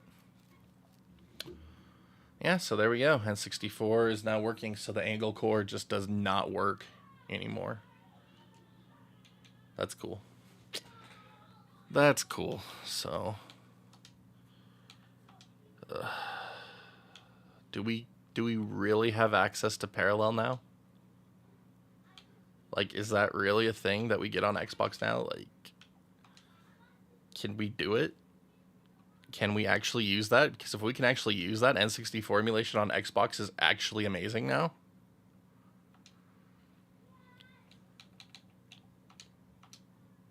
Can we? No, we cannot. Of course not. That's too bad. Too bad. So sad. So we're stuck with Glide N64 still. I hate that plugin personally. But I mean, it's not meant to work with Vulkan. That was just me hoping for the best. It was meant for OpenGL. Just wanted to try. Once we get a Vulkan wrapper for Xbox, like, it's over. Everything's awesome.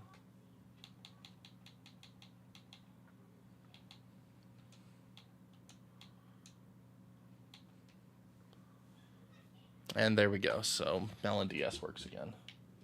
And the nice thing about this is that we'll actually be able to use the OpenGL renderer now, so we can actually do some upscaling. So OpenGL renderer. 2x native. Yes. Nearest. Yes.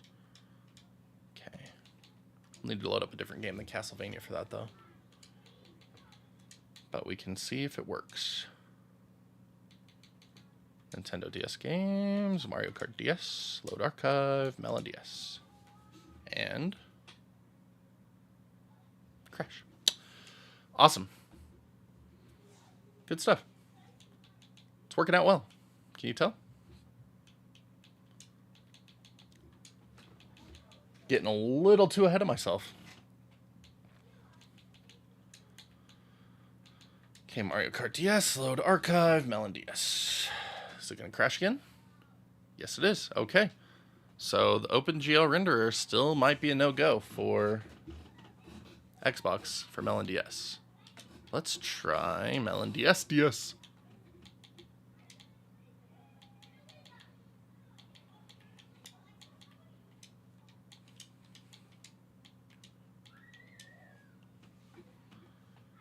Okay. So there's that. There it is.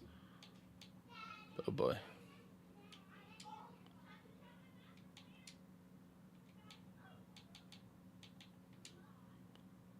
Render mode software. So what happens if we do this and change it to OpenGL? Let's give it a shot. Melon DS with OpenGL. Crash. So we are still, unfortunately, restricted to software rendering. Good to know.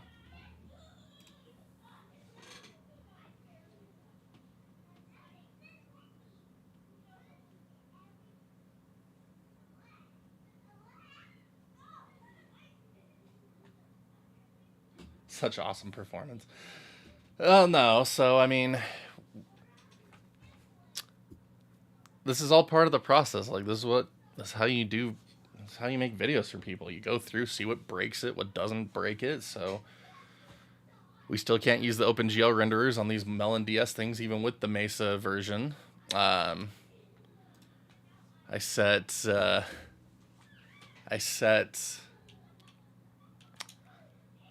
not that.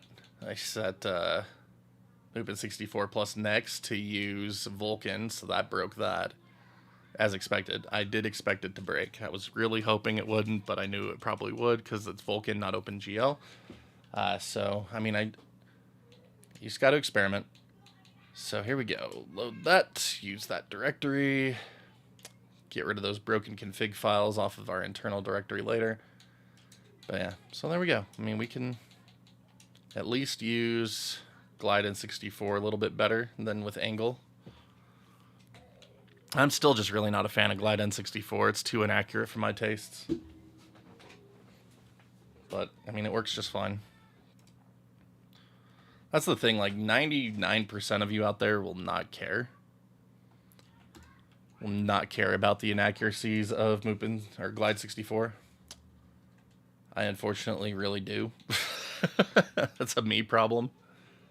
That's why I like using Angry Lion, because then you're getting very accurate emulation, and the Xbox Series X and S CPU is mostly good enough to handle it. You just lose out on upscaling and things like that. So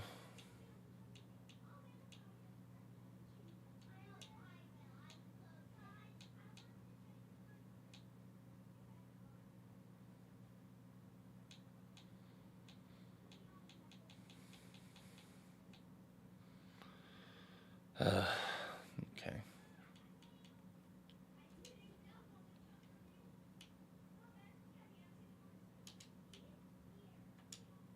Yes, we want that on. Level detail emulation on.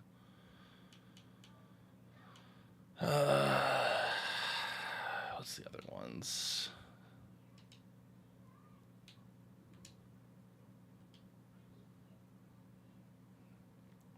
No, we need precise to fix certain games. Need that. Off.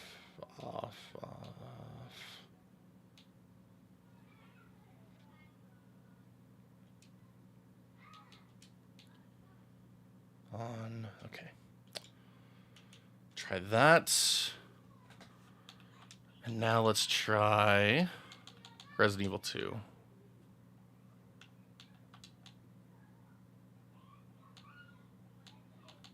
Okay, Resident Evil 2. So we'll know if things are okay if we don't lose any video throughout the whole process. So no weird line, drop it down from the N64 logo, so that's good. Videos are working, that's good. Alright, not saved games. New game. Blue Blood, sure. Alright, so... Videos are working. Videos are working. And we can see Leon. Alright, there we go. And we are also upscaled. So, very good. Very good. Very, very good. And we're not walking on top of the cars. Like, the layers are working correctly. And I ran right into that guy. That was beautiful. Let me through. Let me in.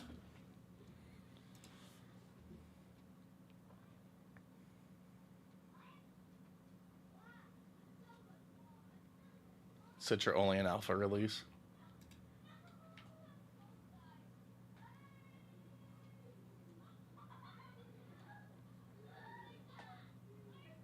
Alright, so video glitches on the transitions, not unexpected for Glide. That's what you get with a less accurate back end, but it works. So, cool deal. Let's see here. Let's see here. We need to push this. We need to push it hard.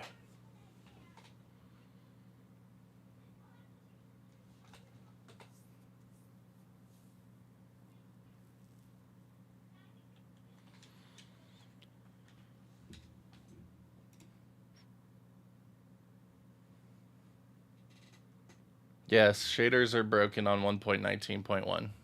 Have to use OpenGL.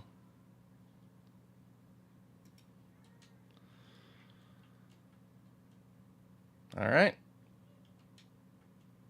So as we go through this LucasArts logo, all of the particle effects can cause lag, but that is not the case now that we have Glide and 64 working pretty well. There's like a slight hitch there, not massively terrible.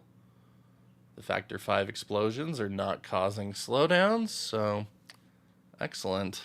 This is a vastly superior N64 experience to anything the Angle Cores provided.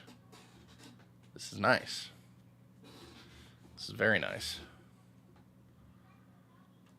It's like we had the one hitch that could have been shader compilation, if anything.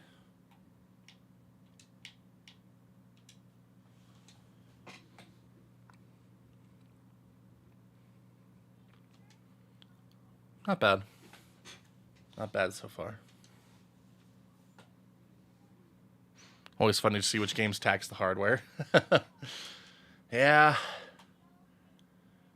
You just need to look at like which games did the most on each system. So like for Super Nintendo, load up anything with the Super FX 2 chip. Yoshi's Island, Doom, the CX4 chip, Mega Man X2, X3, the Robot Master Screens on X2 and X3 are particularly demanding on emulation. N64, load up Resident Evil 2 to make sure that you're getting proper backgrounds and sprite layers, or background layers and models. Resolution changes as well. Rogue Squadron 1 and Battle for Naboo for outright performance issues. GameCube, load up Rogue Squadron 2, Rogue Squadron 3, or what is it, Last Story for the Wii is a very big demanding one.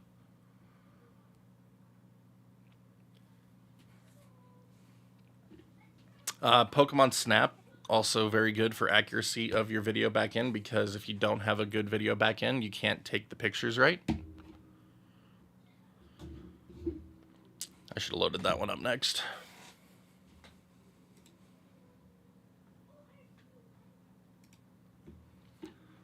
But yeah, Glide 64 giving us a good performance on Battle for Naboo right now. I'm not seeing any video glitches so far, which is good. Again, it's not It's a high-level plugin, so you're going to get glitches on things like just nature of the beast. Like, that's why I said if we could get parallel on Xbox, if we get a Vulcan wrapper, like, that'd just be incredible. It would also make PCSX2 or XBSX 2.0 more accurate, Dolphin more accurate. Like, that would be the killer. That'd be the killer feature.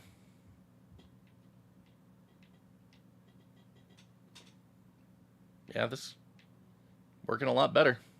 That's for sure.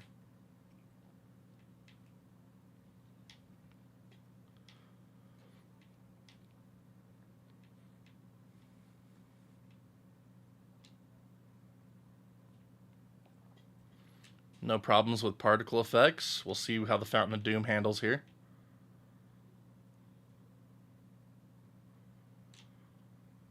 Not bad. Not bad, not bad. Alright, any slowdowns to be had from Fountain of Doom? Nope. Nope, we're good. Like, that's awesome. This is definitely a lot more improved. You just have to set it to be a bit more accurate in the core settings, and like I said, 99% of people are going to be very happy with this. The slight glitches don't bother most people.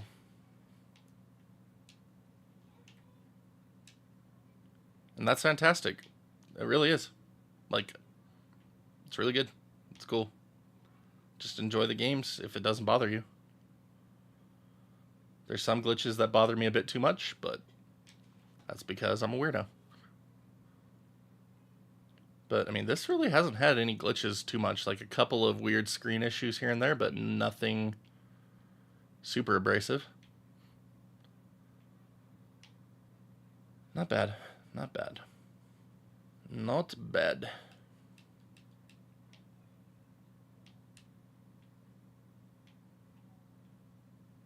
Like how those droids killed their buddies.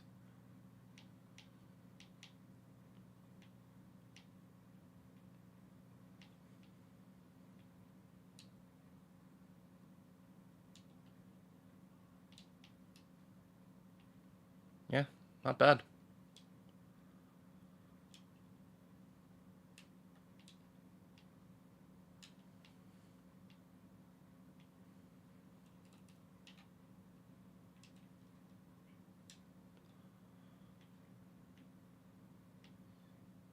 Yeah, not bad. Not bad.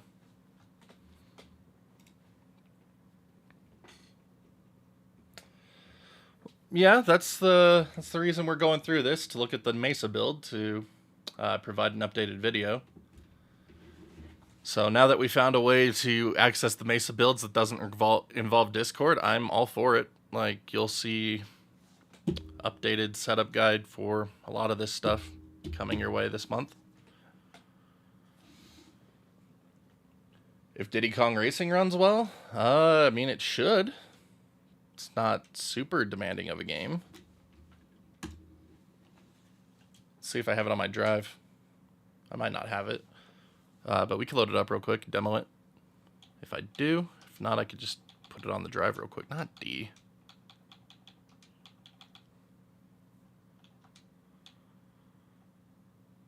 No, I do not have it on here. Okay, that's fine. We can put it on here. Actually,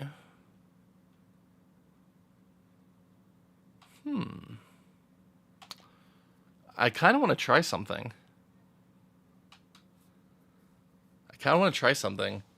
I think this could be very fun. Hold on. We're going to try something. So I'm going to disconnect my USB drive. We're going to have to re-download our assets and stuff real quick, because it's defaulting it back to the internal drive. But I want to try something. I want to try something really fun. Alright, so right here, I have my Joey 64. And this is a device that reads your N64 cartridges like a flash drive. And so I'm going to hook this up to the Xbox with a copy of Diddy Kong 64 cartridge. It's a really slow reader, so it's probably going to be crap, but I'm just curious to see if I can make this work.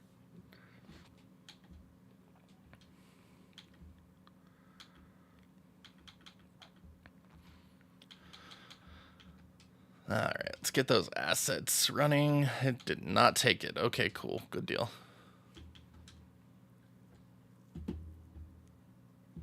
It stops downloading them. Nice. Doesn't extract them. Yeah. Okay, cool. Whatever. I don't care. We probably need to download the core again. No, cores were already on the internal. Yeah, they're already on the internal. Yeah, there it is. Okay. We're going to try this anyway. We don't need it to look nice to do this test. Throw Discord shade in your video? Oh, believe I will. I hate Discord.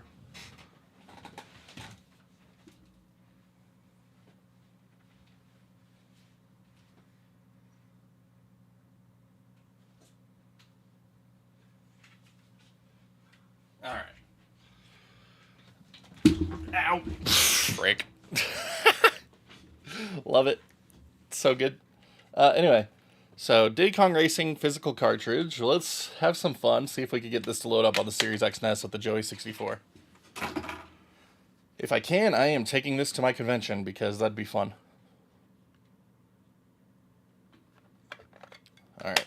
I actually wrote a script for the Joey 64 and a PC version of RetroArch to where you can run all of your physical games for N64 through RetroArch with the saves and the ROM from the cartridge itself. And then when you're done playing, it puts the save back on the cartridge, so that way you can play completely from cartridge. Like, it's super fun.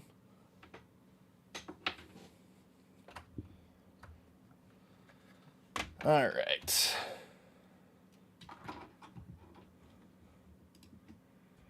Let's see if this has any possible way of working. Nope. Hold on. We need to make sure that the... Okay, the core info files are downloaded. Good. I should restart and turn it back on.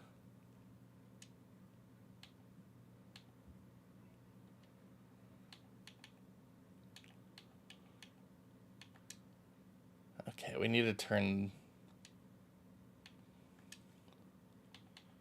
We need to turn these back over to this just because we don't want to corrupt the card.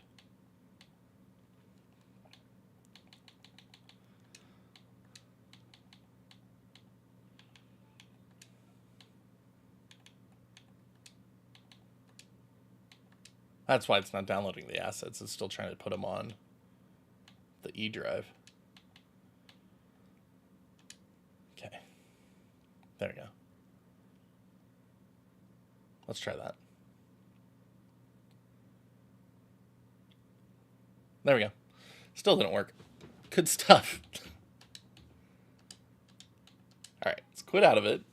What did this say? I didn't see what it said when I plugged this in, so I just want to see what that says real quick. Media storage ready. Okay, cool. So it does detect it as media storage, which is what we need. And now, when we load this, hey, look at that, it looks pretty. All right, let's go to E. No items. Darn, I was really hoping for that. Whatever, not a big deal. Not a big deal. Ah! So let me dump Diddy Kong Racing to my other drive real quick for you, though. Wow, what a weird name.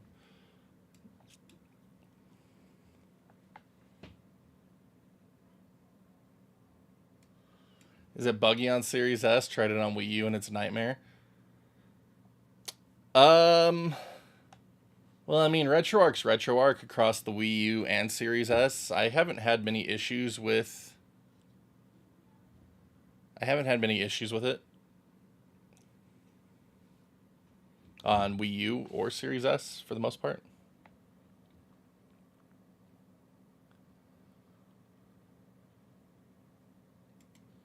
But yeah, I agree, Daniel. I hope they incorporate Vulkan as well. Quake 3 Arena Core is playable in Xbox Series or not? I have no idea. Never tried it.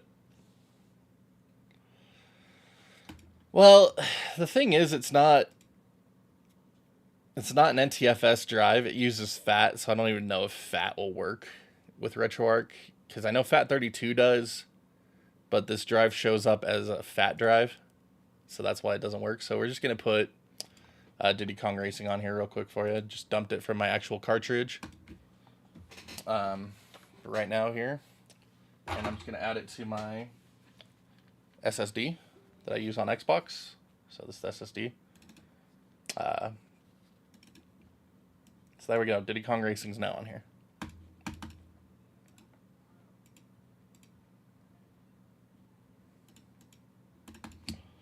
There we go.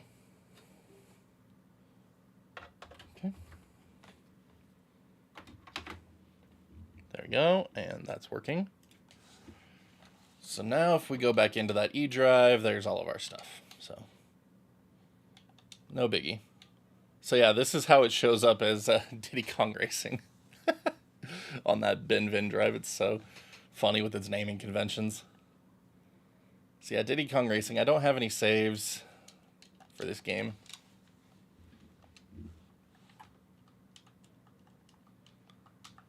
But I mean, so far so good. Looks perfect.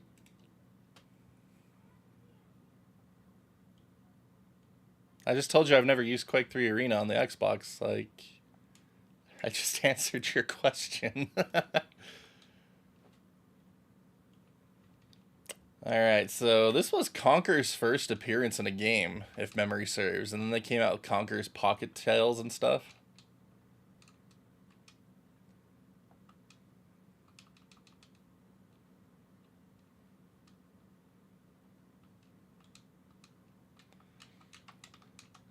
Yeah, so I mean, so far, no graphical or performance issues to be found.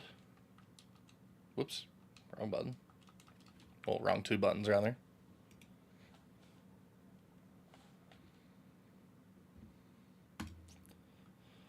Alright. Long, unskippable intro cutscenes. Love them. Love them so much. I should try Donkey Kong 64 after this too, because Glide 64 has a massive camera bug. In the past, at least. I don't know if it's ever been fixed, because I never used Glide 64. Alright, so we do have some performance dips here. I don't know if that's the game itself or the emulation. I don't play Diddy Kong Racing enough to know. I'm thinking that's game related more than emulation related, to be honest, though. Alright, so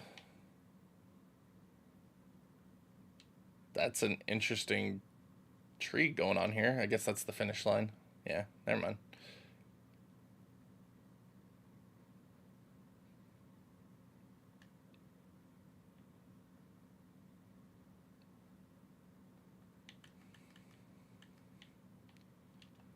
Yeah, I mean, so far it appears to be running really well.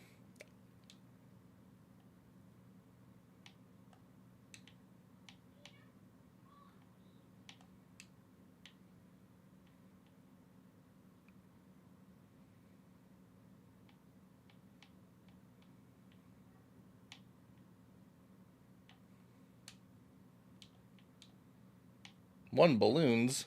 I need one balloons to enter. Look, I got one balloons. Now let me into Ray.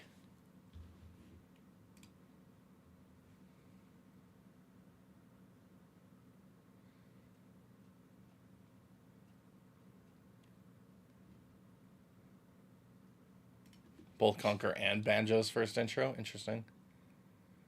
Yeah, I guess so. This game is 97. No. Early 98?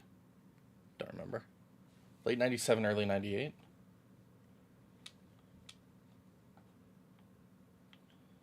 Yeah, I can imagine this game has plenty of frame dips on real hardware. I just never play it.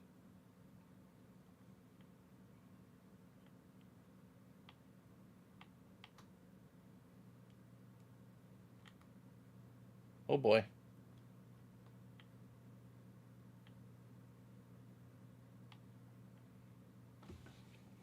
There we go.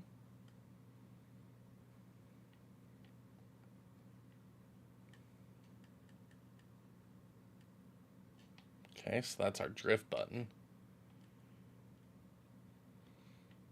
It's funny that Mario Kart Double Dash feels like it uses this system of drift instead of the jumping drifts that they had in every other version of Mario Kart. Took some inspiration from Rare there, I'm supposing.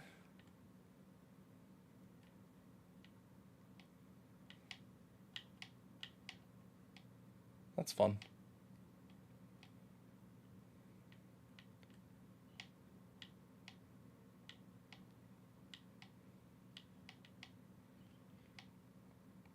Yeah, that's funny. This feels more like a predecessor of Mario Kart Double Dash than Mario Kart 64 does. Good stuff. Not save states.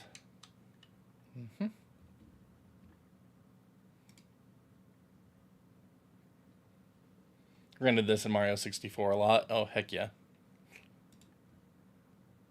Alright, I want to see if the Donkey Kong Country, or Donkey Kong 64 camera bug is a thing. Only problem is we have that stupid long friggin' cutscene that you can't do anything about. So irritating.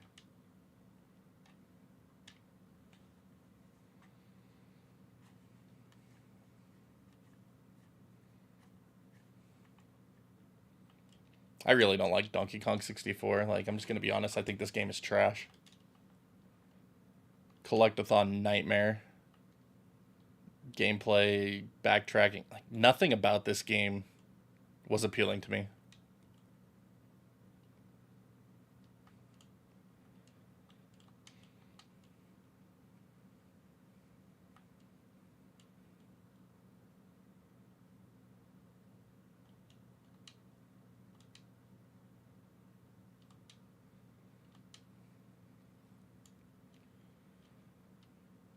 Alright, so now we just have to deal with the long freaking cutscene. Yeah, no worries. Again, we're just experimenting with everything for updated videos.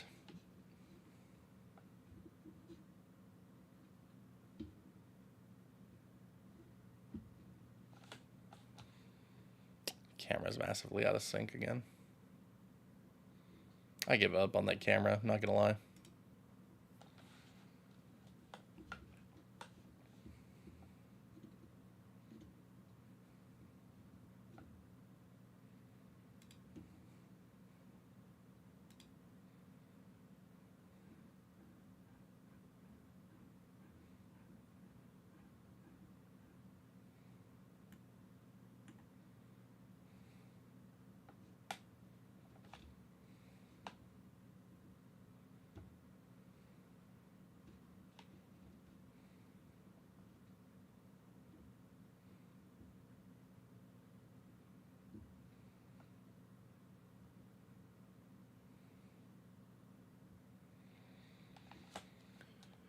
Alright.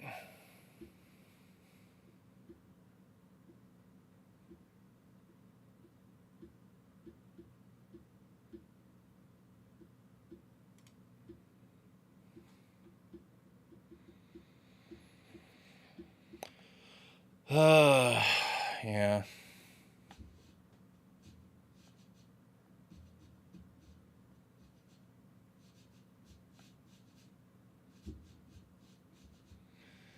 Actually, that's a good point. Now that we know we're in an OpenGL backend, what happens if we go to the online updater? Can we get... Yes, we can. That's how we get access to GLSL shaders.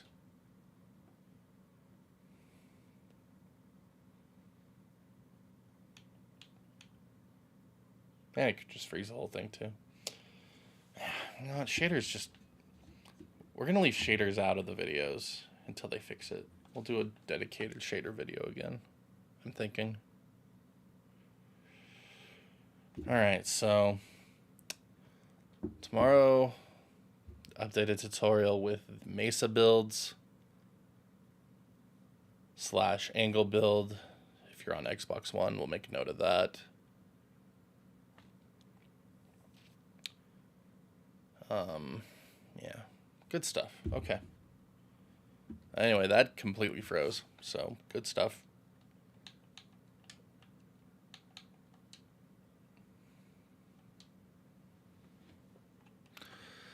They really did goof up the shaders on the Xbox version, apparently. I don't know if they're broken on PC. I don't use them. That's my problem. It's like, I want to use, like, I want to use the masks on and CRT filters on, like, the RetroTink 4K. I want to use them on RetroArch, but I'm always recording or streaming, so I have to turn them off.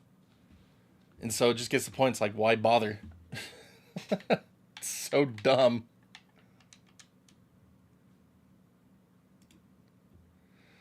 But yeah, so now we have, now that we know they're under Misunderstood Wookiees GitHub page, just like Launch Pass, we are good to go on updates.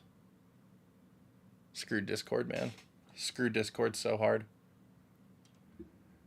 Like, no, this right here. That's what we want. So thank you to Vando for the Misunderstood Wookiee GitHub page. I should have checked the email that they sent me about updating my videos. They might have had a link to this already. Oh well. No, we don't care about the DK rap. I'm sorry. Sacrilege to a lot of people, but no, I don't care about DK rap.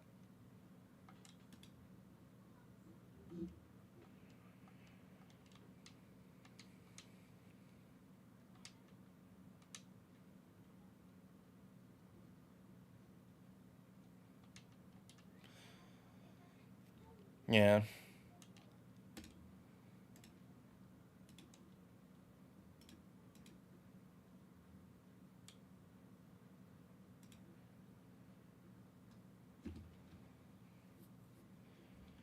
Yeah, let's see here. Oh, here we go. Yeah, so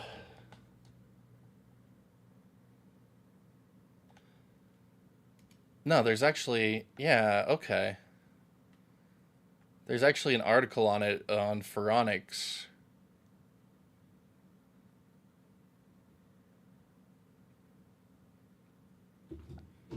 That has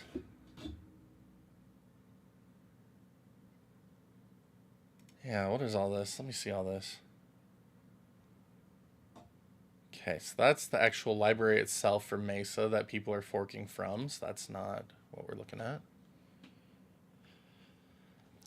Doom 3 fork using Mesa, so that's cool. But that's not exactly what we're looking at here. So that's talking about the new game ports. Okay.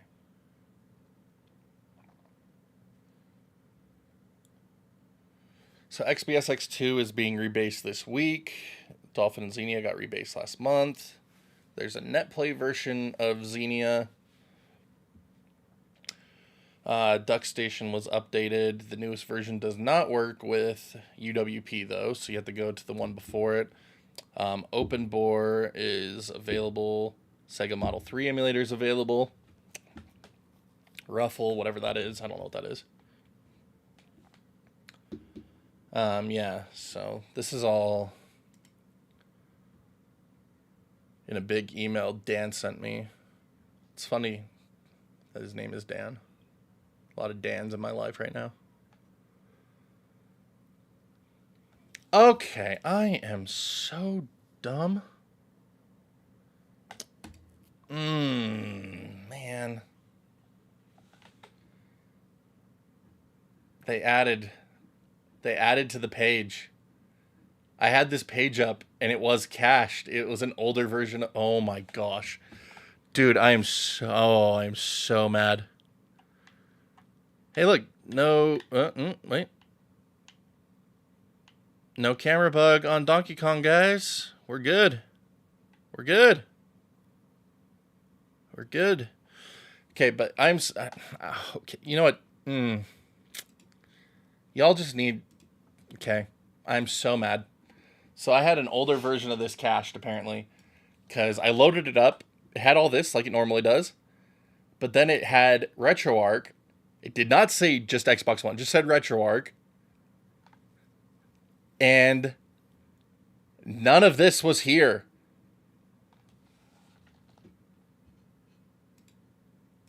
None of this was here. Because look what's sitting right there. The Mesa build of RetroArch that we were wanting to use the whole friggin' time. And it takes you right to... Not that one. Takes you right to the GitHub page. Takes you right there. Wow. Wow. How long have we been doing this? 2.5 hours. A simple F5 on the keyboard. Wow. Wow. You know, I don't consider myself to be that smart a lot of times, but that one takes the cake for the dumb mistakes. That was beautiful. Beautiful. Okay, so we can go back to using the Xbox Dev Store page like we planned to originally. Holy crap. Wow. Wow. Wow. Yikes.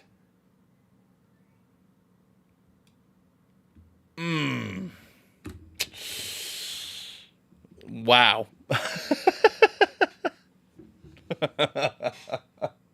I'm sorry. I hate when I do stupid stuff. That took the cake for stupid stuff right now. Oh my gosh, that was so incredibly bad. Yeah, the Xbox Dev Store is fantastic. I'm really grateful to those who maintain that. I believe Dan is one of the main people behind it now. So he's the one that reached out and said I should look into all the new updates originally. So we still love you, I think. That's good. So yeah, he's one of the admins behind it now. So I really appreciate the work they've done. Wow. I'm. Wow. Test the most demanding N64 game. We kind of did that already with Battle for Naboo. But we can take a look and see how we can get GoldenEye looking. Because I'm using fairly accurate settings for Glide N64. So it should come close to what we see on real console. Love GoldenEye, man. Still need to get the last stupid retro achievement, though. I'm so mad that they left that one in the main set of beating Aztec without killing Jaws. Relies on really particular enemy manipulation and borderline glitching, and I think it's stupid to include that in the main set, but whatever. So, as you can see, we don't have a weird line going right through the middle of Bond, so we do have more accurate settings on Glide N64 right now. So that's good.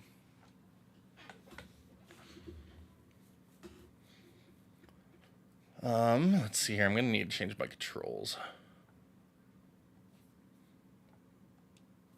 Okay. Skybox is working correctly.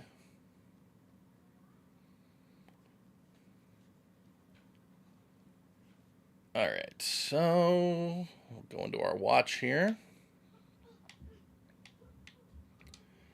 1.2 solitaire, y'all. Modern controls. Oops, wrong button. This is where I learned how to do my shooters, and it sticks with me to this day. I'm playing through a capture window. This is so laggy.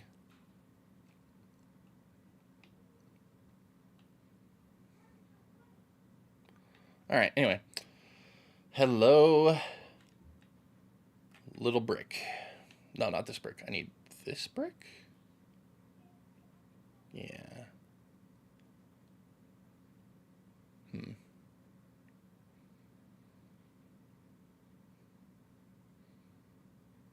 Okay. So, not too bad on the texturing. Slightly inaccurate. Nothing most people will notice, like I said before. Yeah, so like if we go in here, not controls, core options, we change our plugin to Angry Line. Leave that on HLE, that's fine. But we close this. Not that. Load this back up under Angry Line. It's the N64 analog stick test. Yes, it is. This is a very good game to test the analog stick on.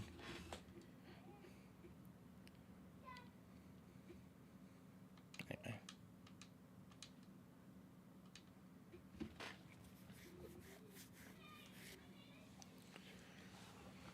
So we're just going to load this back up under Angry Line real quick.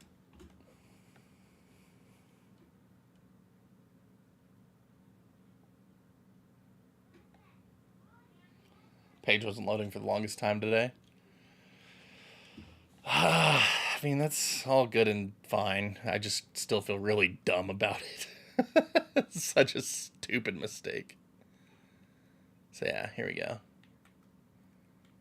So this block, you can see that the texture is kind of fading in and out here. And that is more accurate to original hardware.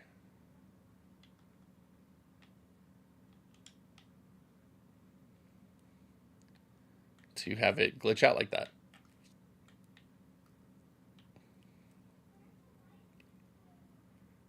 So it's little things like that, little quirks like that, just the accuracies behind things that Glide 64 misses.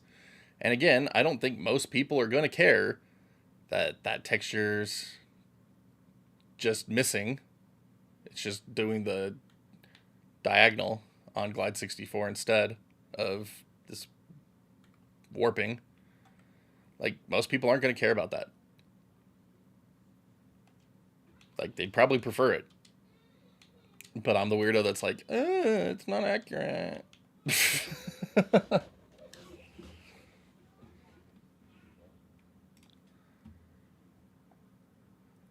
yeah, if we... Yeah, here we go. Let me do this. Let me do this real quick. We're going to get some RetroTink 4K into this stream. Whether it kills us. Even if it kills us, I mean. Crap, where's my RetroTink remote? Crap.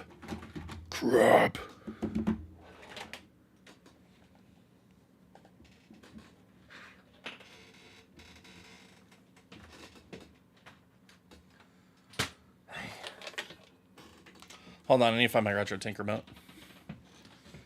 I think it's in my box out here still. We just got back from vacation.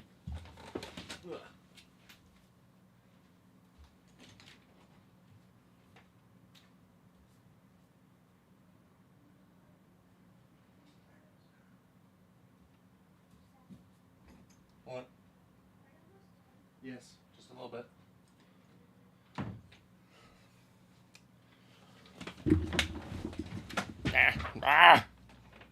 Man, I need more room back here. Okay.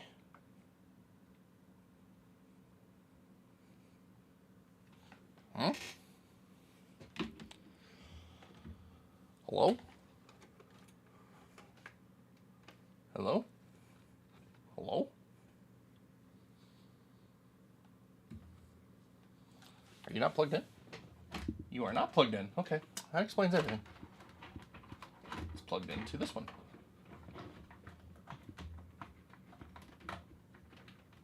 There we go. That was better. Okay, anyway. So like I was saying, Oh, wait. Get lost menu. Here we go. Gotta take off? Alright, Wiz. Take it easy, buddy.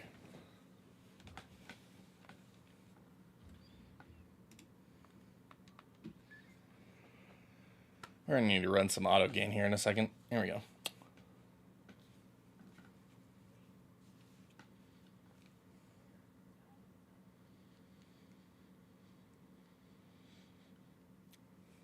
There we go. Anyway.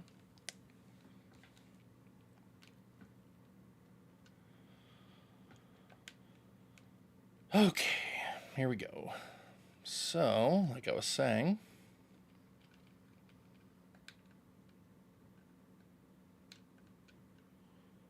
most people will not care that this texture glitch doesn't happen under Glide.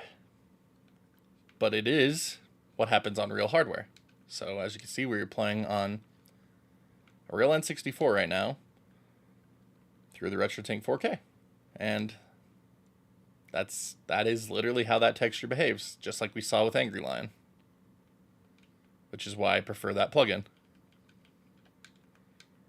Like, it just makes sure you're accurate, but it is very CPU demanding, so it does cause some performance issues on Battle for Naboo, Rogue Squadron, and that's just stuff that's not going to happen with Glide, so that's why most people would probably prefer that. And you also get no upscaling under Angry Lion. That's why the parallel RDP and RSP is so great for N64 emulation. It just gives you the best of both worlds. But anyway, I love N64.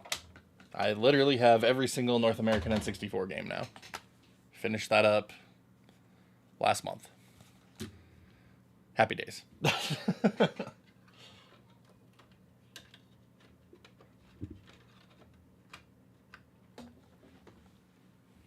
N64 is God intended, indeed.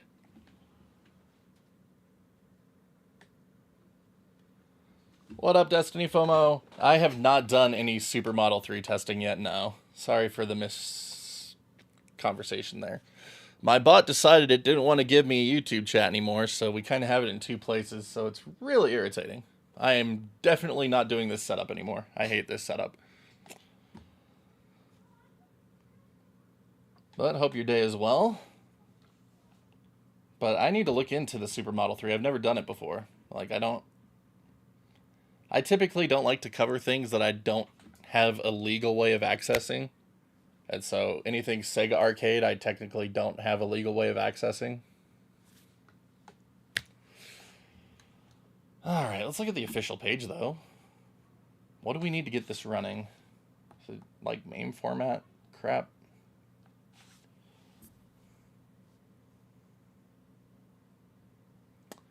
Oh, this is going to require a lot of research.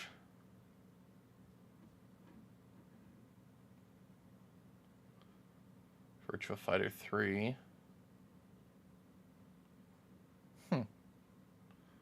Okay.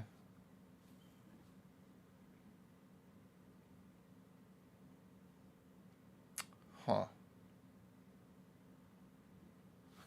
So they only tell you how to get it from the download page or how to build it. They don't tell you anything about file setups. That's fantastic. Thank you, guys. Alright, do we have a wiki for this one? Here, let me pull up the display capture for y'all. You can read along with me. So we have how to get build instructions for the different things. We have the actual releases themselves. There is not a wiki. Okay, let's see here. Let's see here. What's new about? Do we have anything about file types, the way the files need to be set up? So they're just ROM images of Model 3 games, so that's good. So that means we don't have to worry about anything MAME format or weird extra files. Does it require BIOS files? Installation, extract zip, place ROM files. Inside, okay, so they are MAME format. Look at that, SCUD. .zip. Okay.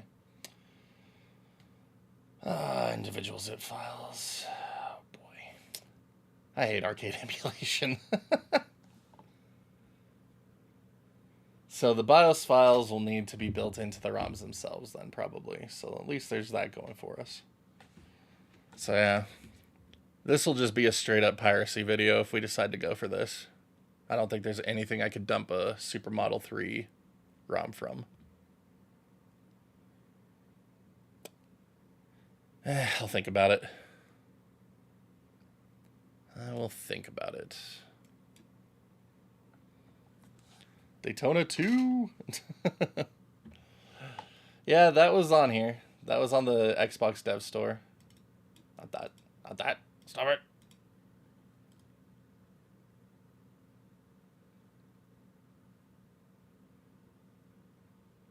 Anyway.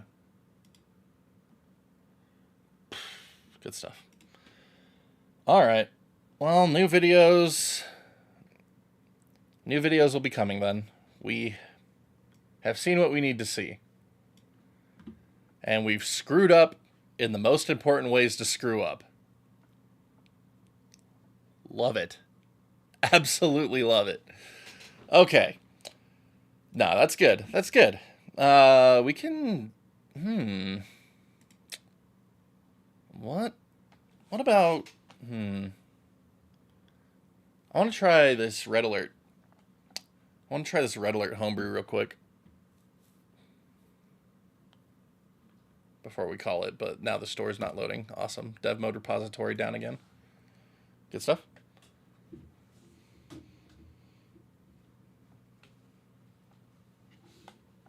Good stuff, good stuff. So yes, expect the first new update for this tomorrow for overall RetroArch setup, including Xbox One and Series X and S versions, Angular Mesa version.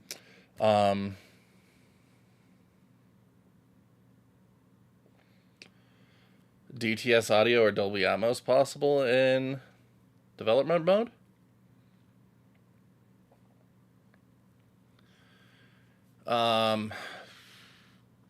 I don't think you could download DTSX. I don't think you could download the DTS app, but you should be able to just do the normal Dolby Atmos that the system has.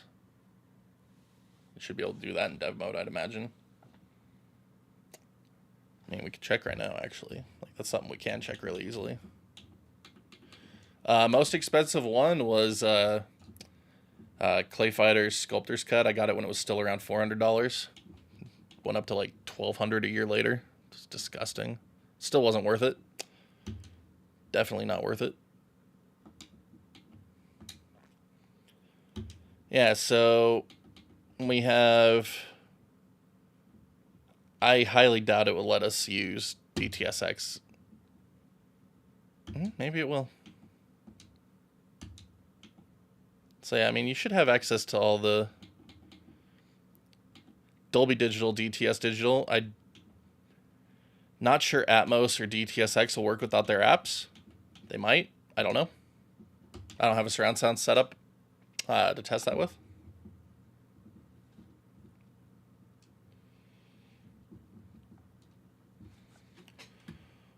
No, I'm happy that I would have given up on the collection if I didn't already have the more expensive games before 2020. Because after 2020, they just became outrageous, and they already weren't worth it, and now they're really not worth it. Yeah, I see that Model 3 works a lot like MAME. It's no fun. I hate MAME. I hate arcade ROM setup. Okay. But that's okay. We have everything we need. We have everything we need now. I could get all this set up before the Utah Retro Gaming Convention, put my Xbox on display again for my ROM dumping services. This will be good. We'll get Launch Pass set up again. Like, it'll be fun. And I'll have my ROG Ally hooked up with my Joey 64 so people can play around with using their actual N64 games in RetroArch. Like, this is one of my more fun projects. I love this project that I did. Something I've actually contributed to the retro community besides guides was a script for that. Makes me happy. It's my one contribution. It's just a little bat file you use in Windows where it'll copy the save onto your computer, convert it to RetroArch, and then it'll launch the game from the cart with your save on RetroArch, and then when you're done playing it, puts it back on. Like, it's cool. Don't have many contributions, but that's one of them.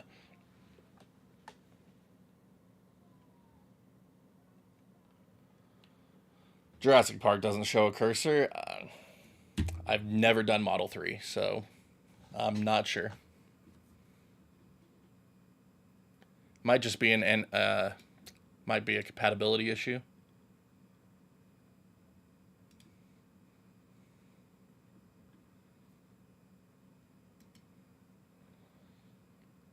That's cool though. Xenia Canary, net play build. We can cover that one. Oh, we didn't even do that. Holy crap, I'm so dumb. We've been running our emulators in this stream without even setting them to game mode. They're just in app mode. Friggin' love it. Oh, man. Another dumb mistake. So this is why we test before we make the videos, so we could get all the dumb mistakes out now. This is all just behind the scenes stuff. We just decided to stream it today. Make myself look less foolish, but hope y'all had fun.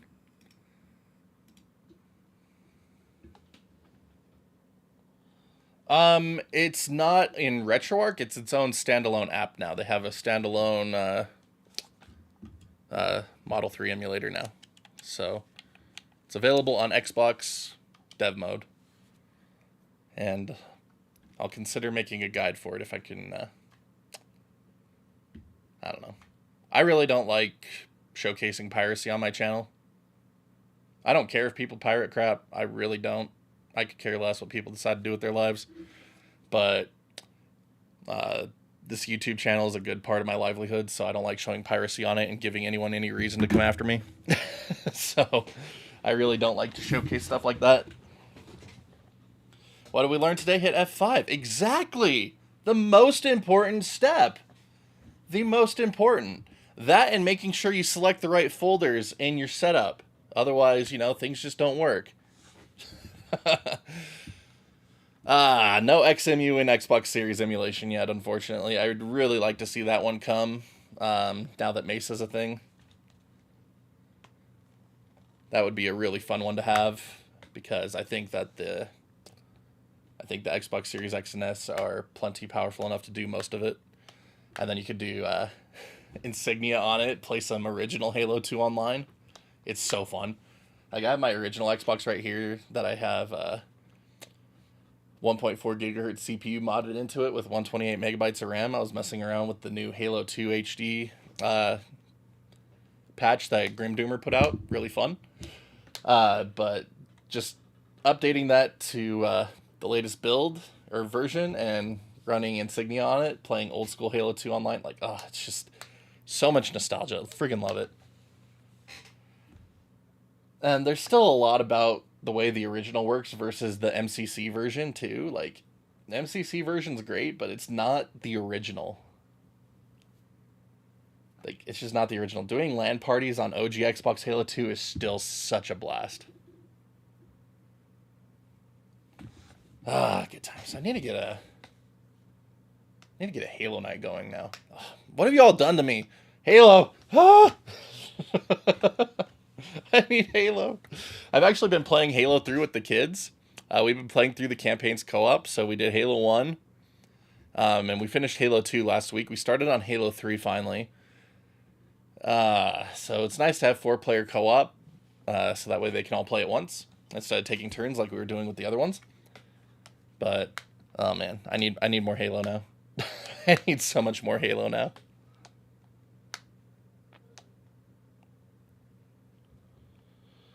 It's beginning to feel like someone we know. I know. Don't tell me. Don't need to remind me. I know. I know. I know it. I know it. At least I'm willing to admit it. How about that, cop? I'm willing to admit it.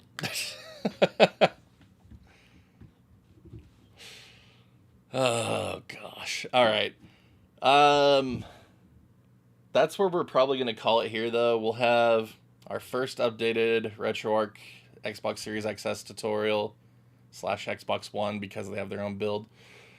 We're just going to talk about that, not actually show it because I'm not pulling an Xbox One out of storage. Screw that. Not happening. Yeah. I do not have an Xbox One down here right now.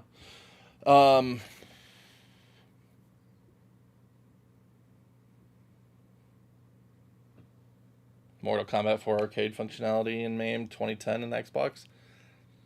I am the last person you want to ask about arcade emulation, to be honest. Like, I could get it set up.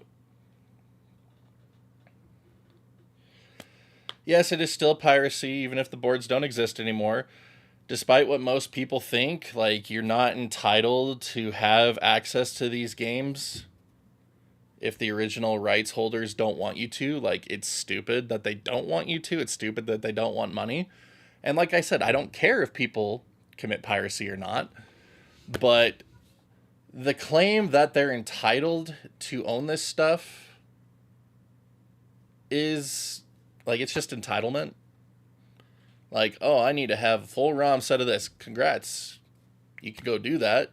You're not entitled to it, but you do you, I guess. Like, that's the thing. It's like, if you want to pirate it, just do it. Just admit you're a thief. Like, just admit you're a thief and that you're stealing IP from the original holders, even if they don't sell it anymore. Like, it doesn't matter. Like, prices for retro games, yes, they're stupid. I agree. But that still doesn't make you entitled to it. Cars, a Lamborghini is insanely expensive. Doesn't mean I can go out and steal one.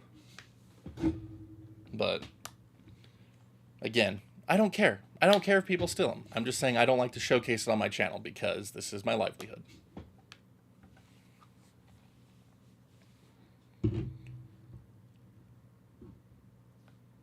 Anyway.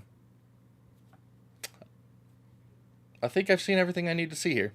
So, appreciate everybody hanging out. Thank you for being here to witness all the wonderful fails. That's what goes into making a lot of these videos that I do. And a lot of things, like, we actually fail quite a bit. Yes, Chronos is playable on Series S. We can go over updated Sega Saturn emulation because I never finished updating those last year. But yes, like, that stuff is playable on this, especially with Mesa now. So, lots of updates coming. Thanks, Cobb. Appreciate you hanging out. Really do. So yeah, we'll have our updated install guide and probably one core guide published either tomorrow or Wednesday, depending on how long the editing takes me. I've been having a lot of concentration issues when it comes to editing lately, but they'll at least be recorded tomorrow. They'll be up by Wednesday on the latest. And I don't think I can push myself to do a video a day like I did when I first covered this back in 2021. I don't think I can do that. Like, that's the whole reason I stopped making these videos in the first place. I am severely burned out on tutorial videos. So that's kind of why we've been, well, RetroArch tutorial videos specifically, I should say. That's why we've done so much other stuff lately. But we'll do our best to get them out as quickly as possible in the next month, because I want to keep doing the other stuff I'm doing, but I really want to have all of these updated since I have become a place where people rely on this information. So, and the fact that some of the admins have actually asked me to be part of the scene again is really exciting. So, definitely want to contribute in ways that I can. So, cool deal. So, just rambling now. Take it easy, everybody. Love having you here. Hope you've enjoyed yourselves. Looking forward to doing some more games. And, super exciting news for anyone that hasn't heard. Retro Achievements has announced that GameCube is being added on July 15th. So we might be doing a crap ton of GameCube streams on Dolphin to earn some retro achievements. So I need to look at which sets are being worked on. Oh my gosh. Sorry, I am an achievement whore. So ever since the 360 came out, like, achievements have been my thing. And when they started adding them to retro games, like, that's been my jam. I haven't gotten to do anywhere near as much as I've wanted to lately, just life being busy, but here we go. Oh my gosh. Okay, we're going to look at this. We're going to look at this real quick before we call it. So here we go. Here are the games that are ready for retro achievements starting July 15th at 5 o'clock Eastern. So Resident Evil 3 Nemesis, that could be fun to go through. Luigi's Mansion, Sweet Home is a ROM hack. Oh, dude, Star Wars Clone Wars? Yes, we could go through that one. Resident Evil 0, that'd be fun. Both Phantasy Star Onlines? Oh my gosh. Oh, no, wait. That's a sub hack. Or subset. Oh my gosh. Ah, they don't have the lists up yet. Dang it. Dude, that... Oh my gosh, that would be... Oh, we'd get an online party to do these ones. Holy crap. Kirby Air Ride, Mario Sunshine, Star Fox Assault, Beautiful Joe. Okay. Pokemon Channel, that's hilarious. Rogue Squadron 2, there we go. That is what we are going to work on first. We are going to get the freaking retro achievements for Rogue Squadron 2. We can do everything there is to do in this game with relative ease. So that'll be the first one we do. Dude, Tales of Symphonia. Oh, I need to play through it again with the kids and do those. Metal Gear Solid Twin Snakes. Yes. Mario Kart Double Dash. Melee. Network Transmission. Ooh, I can go through that again. We streamed this like 2 years ago. I could totally go through that game again. Dude, there's got to be some really difficult ones in here. There's some really gnarly stuff you could do in that game. Jedi Outcast. Oh. Dude. This is going to be so fun. They need to add Need for Speed Underground so I can master that for a second time. I did it on PS2 version. I love the GameCube version way better, though. Do that one again. Fire Emblem Path of Radiance. That could be fun. Ooh. Yes, I want it. I want it so bad. Alright, anyway. We'll see you all back live on Wednesday, depending on how the videos go tomorrow. So until then, take it easy, everybody. Thank you for being here. And we'll just see you all soon. Later, everybody.